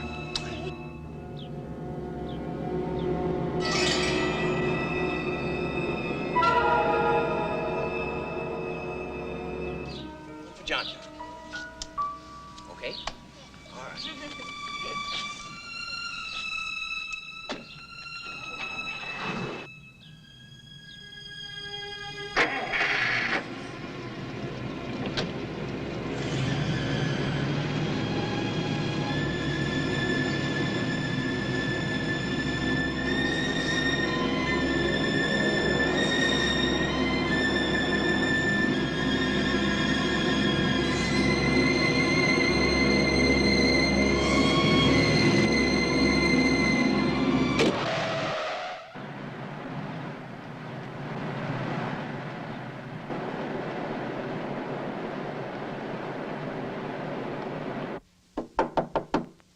Mr. Pavlik? Mr. Pavlik?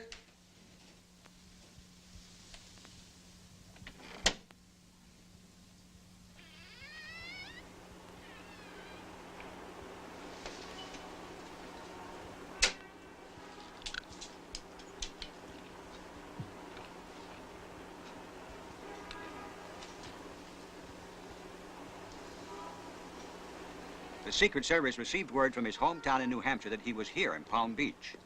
He intended to ram his car into yours last Sunday with the dynamite charge, but he couldn't do it.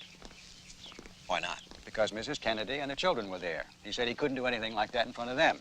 So he postponed to this Sunday. It's all down here in the letter he intended to leave.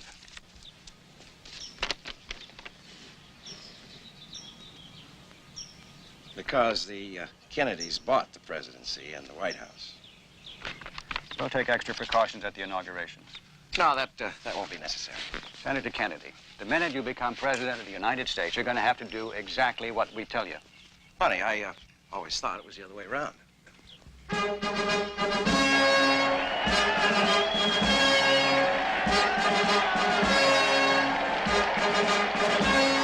Do you, John Fitzgerald Kennedy, solemnly swear? I, John Fitzgerald Kennedy, do solemnly swear that you will faithfully execute the office of President of the United States.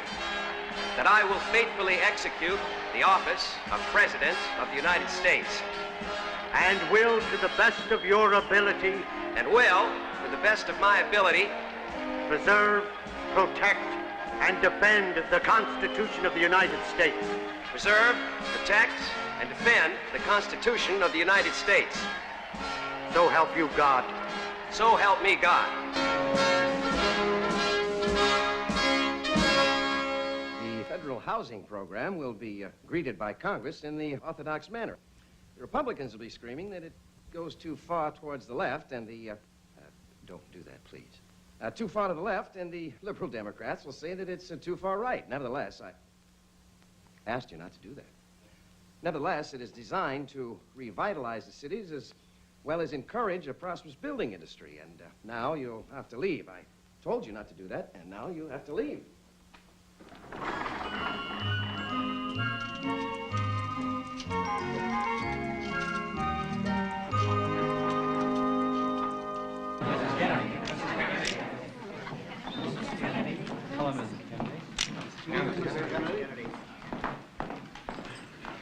Sit.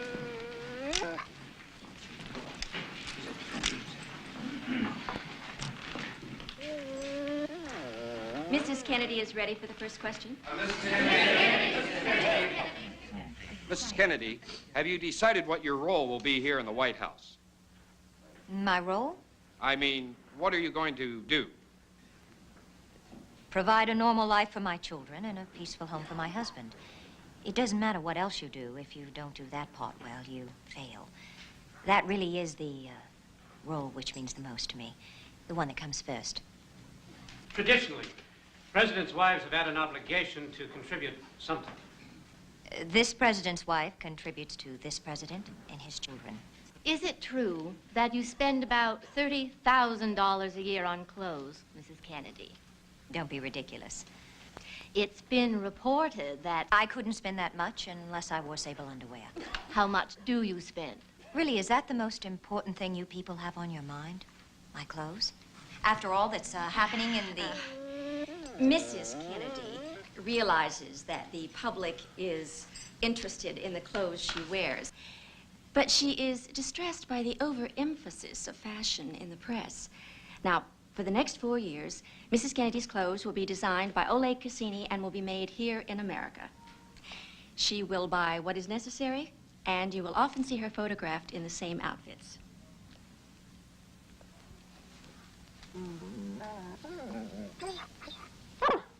Pretty dogs. Yes. Pretty big. Yes. What do they eat? Reporters. I have stood on the top of slippery automobiles, while pregnant, speaking in Spanish. I have been jostled half to death by crowds. I have done everything I could to help you get elected. Now that you're president, all right, I realize that I'm in somewhat of a goldfish bowl. While I'm ready to accept much of it, I will not be questioned as to whether my panties are nylon or silk. I have a private life. Yes, you have. You've just added a country to it, that's all. And to the people of that country, you're a symbol, very important symbol. And I never knew a symbol who didn't stand for something. Like what? Oh, that's up to you. But once you give them something else to question you about, they will. Good evening, sir. Mrs. Kennedy. Good evening. Your guests have arrived, Mr. President. Thank you. We'll have our coffee in the East Room. And would you make sure that the fireplace is lit, please? The fireplace, sir? Mm-hmm. I wouldn't advise it, Mr. President. Why not? None of the fireplaces has been in use for years. Well, it's the time they were. As you wish, sir. It is inconceivable to me that the residence of the President of the United States can be in a condition where the fireplaces are unusable. No, it is not inconceivable. It is typical. Typical of the decay in this crumbling mansion. Watch it, Mr. President. That's public property.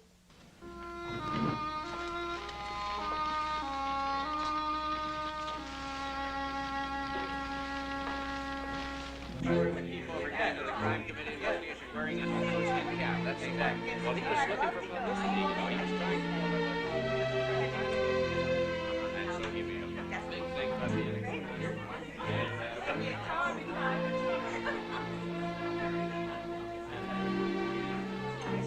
Oh, yes. Coffee is being served in the East Room, Mrs. Kennedy. Thank you. Shall we?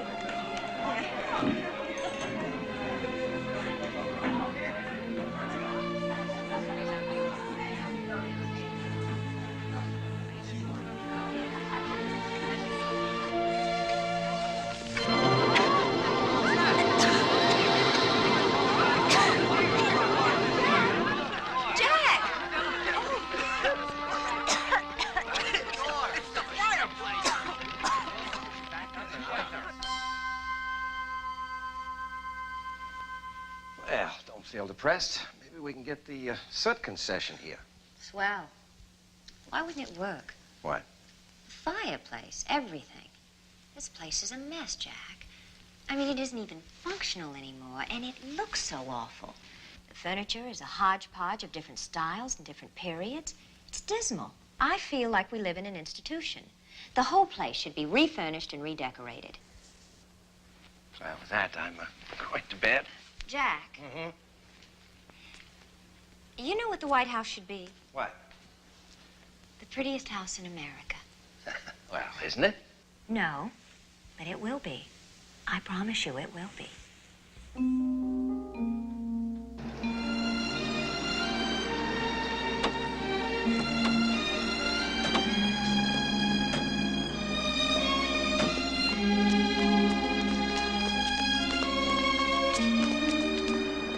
Let me say that it matters not at all that you're Republican. This thing goes beyond politics, and I think that you're the one who should chair the Fine Arts Committee.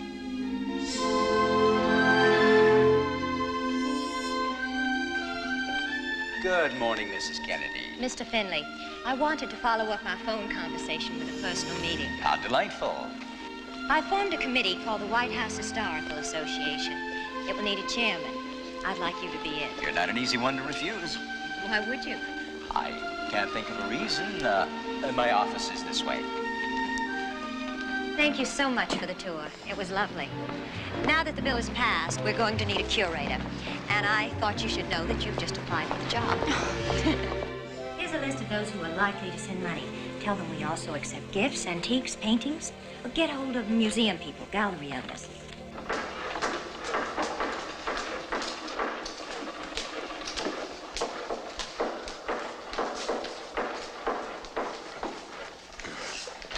How long will this go on? For months. And months and months. And I'm going on television to show the country what I've done. And I have a great guest star coming on at the end. Oh, who?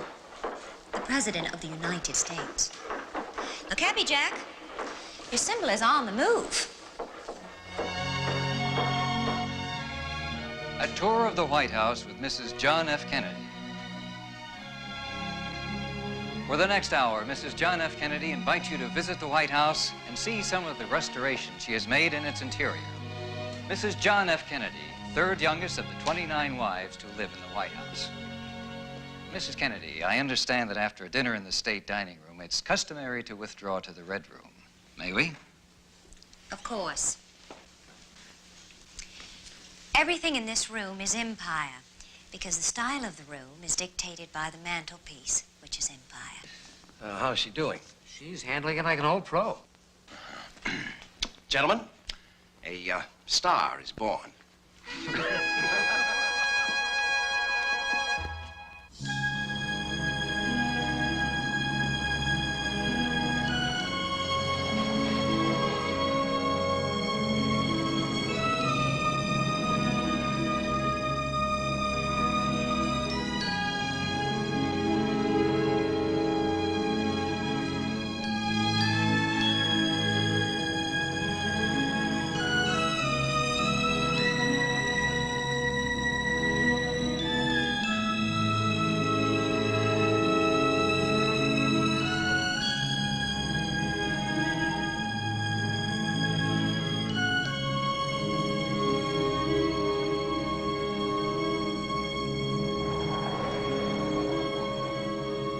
President de Gaulle is looking forward to your visit, Mr. President.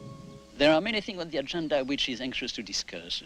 The common market, NATO... You tell the President that I am most eager for the meeting. Thank you, sir. One more thing, if I may. There is something here which has put me in a state of shock. And I must voice my concern. About what? The lack of security here. Cheminée, this is our weekend home. Neither my wife nor myself want it to resemble an armed camp. But, Mr. President, there are no guards or police at the entrance. No sign of anyone along the drive. The front door is unattended, and anyone could have come up that path and shot you as you came out to greet me. Well, I suppose that's true, but... Along the driveway of Charles de Gaulle's country home, there is a sentry posted every 20 meters. You know, Mr. Monet, you put a man on a high building with a telescopic rifle, and there's nothing anyone can do to defend the president's life. The risk of assassination is an unavoidable hazard of all of us in public life. We do what we can to protect ourselves and hope it's enough, but anyone who lives in fear should not run for this office. I understand. How'd it go? Fine, fine. It's too bad, though. What? Well, I really wish you weren't so busy redecorating the White House, you know? Then I could take you with me. Where? Paris. Paris? In May. Jack. Do I detect a change of attitude? Paris, you wouldn't dare go without me. Well, actually, I would. You know why? Why? Because you'll flip the mustache off to Gaulle. He's French, and they love great-looking broads. And you, Mrs. Kennedy, are a great-looking broad. Well, why shouldn't I be? After all, my clothes cost a fortune.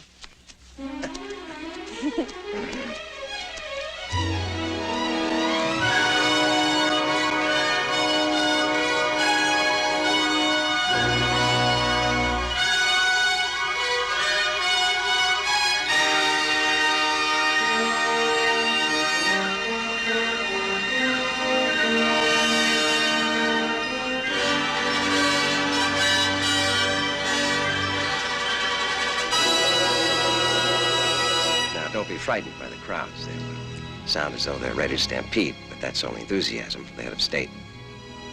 Are you ready? Ready.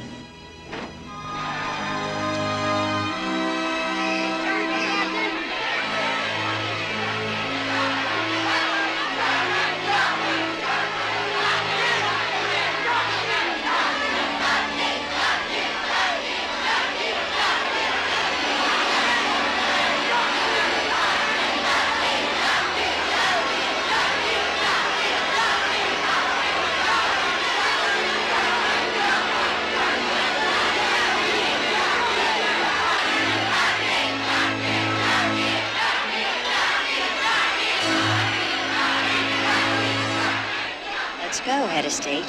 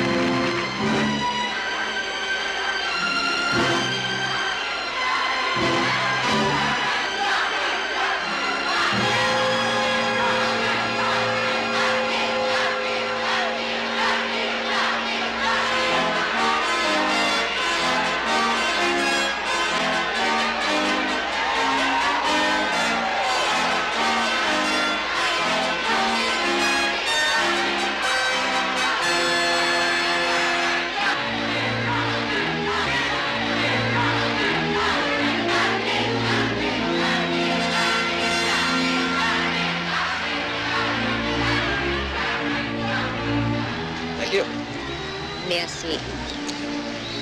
Bienvenue. Merci. Je suis très heureux. What's that mean? I am very happy. But what am I so heureux about? They don't even know I'm here.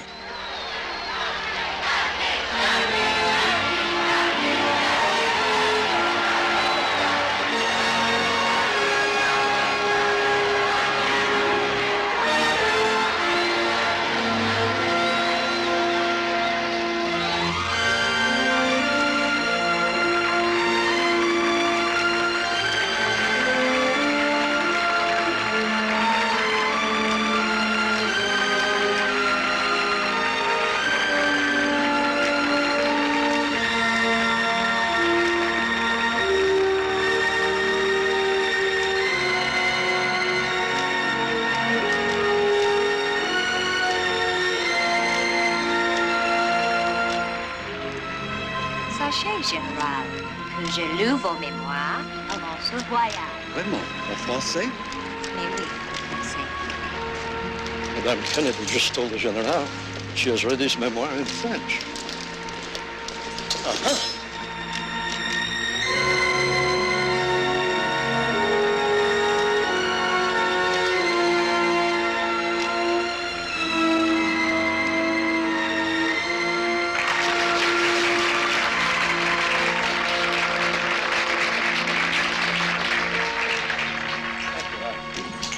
I am the man who accompanied Jacqueline Kennedy to Paris, and I have enjoyed it.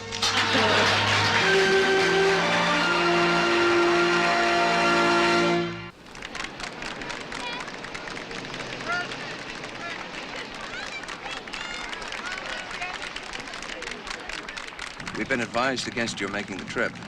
Why? There have been more than the usual threats. We'd feel better if your itinerary did not include Dallas. Threats are like hail to the chiefs there, out of the office. Mr. President, the Dallas News has run an ad from some right-wing group asking why you had ordered or permitted your brother Bobby to go soft on communists, fellow travelers, and ultra-leftists in America while permitting him to persecute loyal Americans who criticize you. How can people write such things? It was in Dallas, sir, that Adlai Stevenson and even Vice President Johnson were manhandled by extremists. Look. The Secret Service cannot guarantee your safety in this area. Now, look. I went to Caracas, where Nixon was endangered by rioters. I stood overlooking the Berlin Wall within communist gunshot. I have traveled 200,000 miles where anti-American fanatics can be found, and you're asking me to be afraid of the people in my own country?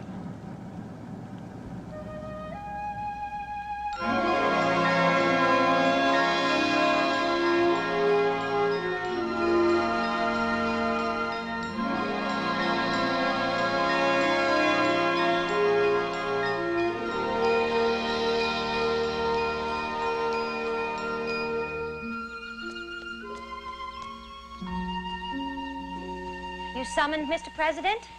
I did. Mrs. Kennedy, you're about to be propositioned. Really? Really. I have to go to Texas in a couple of days.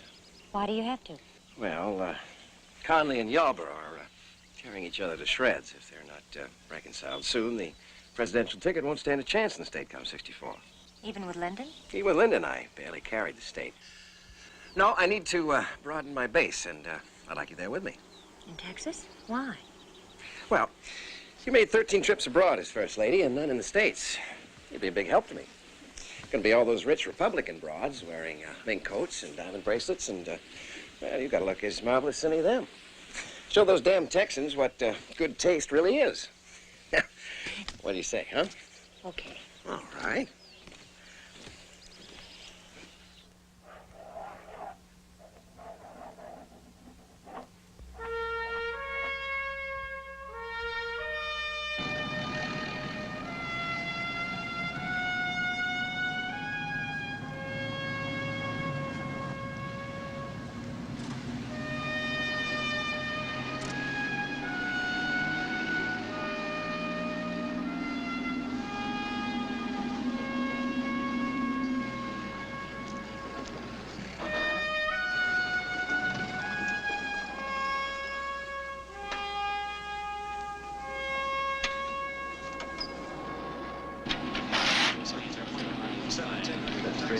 Like the apartment following contact Seattle departure on 127. How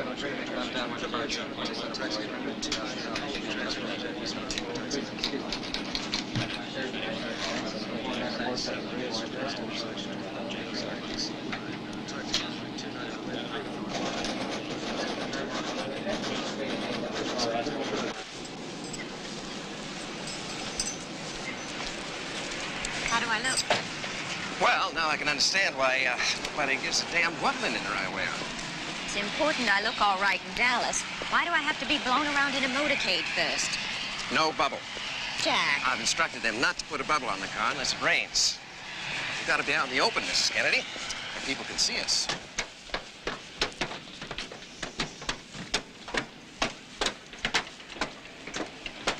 Mr. President?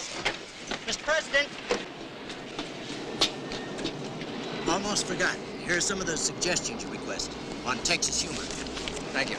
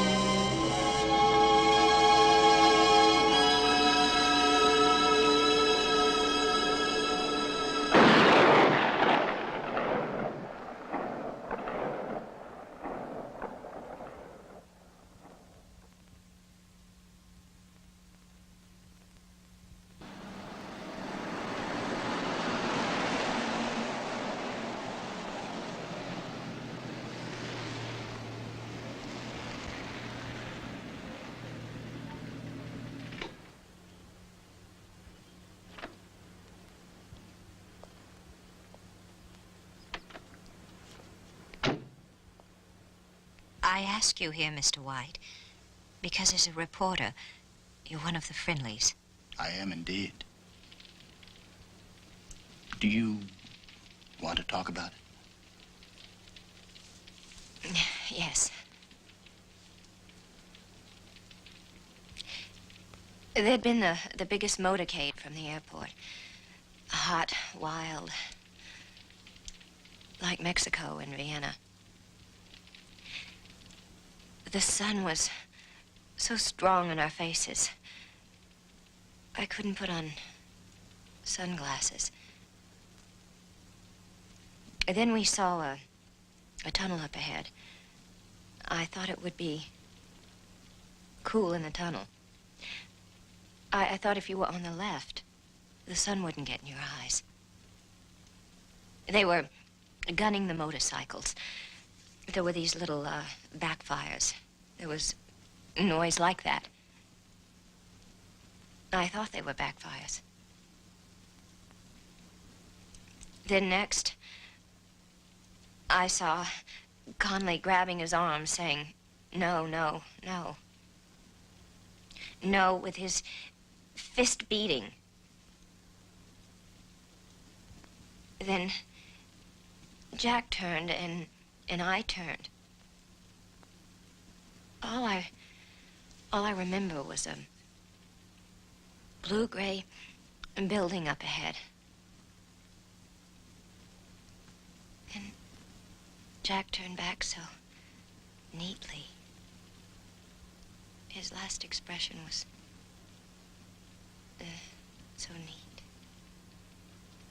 You know, You know that wonderful expression he had when they'd ask him a question about one of the 10 million pieces they have in a rocket. And just before he'd answer, he looked puzzled. Then he slumped forward. He was holding out his hand. Then he slumped into my lap. Then Glenn Hill, the Secret Service man, he loved us. He made my life so easy. He was the first man in the car. And I kept saying, Jack, Jack. And someone was yelling, he's dead. He's dead. All the ride to the hospital, I kept bending over him, saying, Jack, Jack, can you hear me? I love you, Jack. But he was dead. Oh. At the hospital, they tried to keep me from him, but I said I'm not leaving. It's my husband. His blood is all over me. History. History. It's what those bitter old men write about.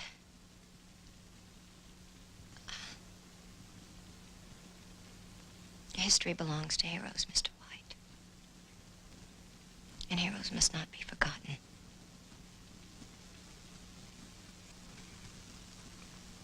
What do you want me to write, Mrs. Kennedy?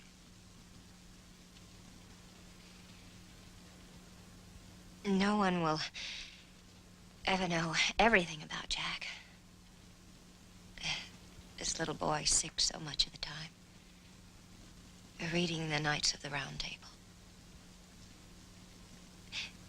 Jack was full of history. And if it made him this way, if it made him see the heroes, then maybe other little boys will see history. Why did I wash the blood off? I should have left it there. Let them see what they've done.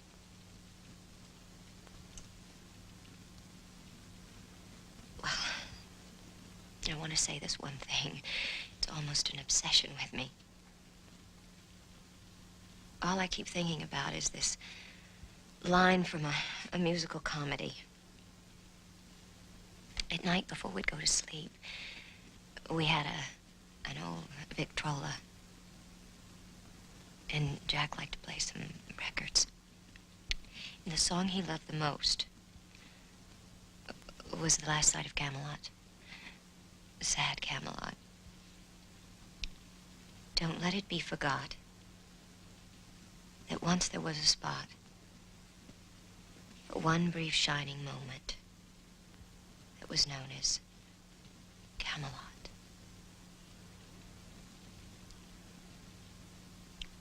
There'll never be another Camelot again.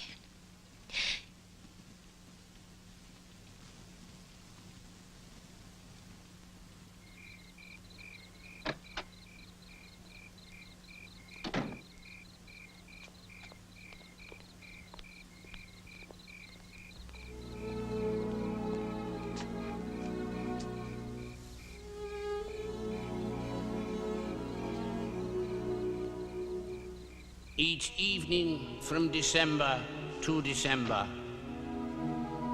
before you drift to sleep upon your cot, think back on all the tales that you remember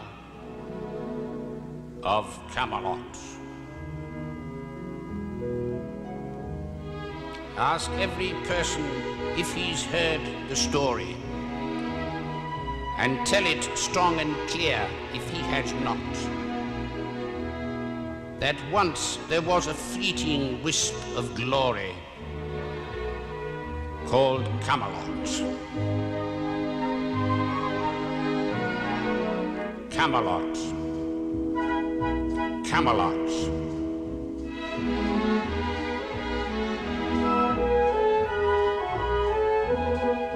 Camelot. Camelot.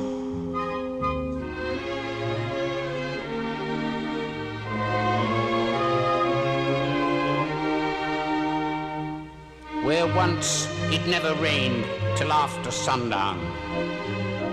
By 8 a.m. the morning fog had flown. Don't let it be forgot that once there was a spot for one brief shining moment that was known as Camelot.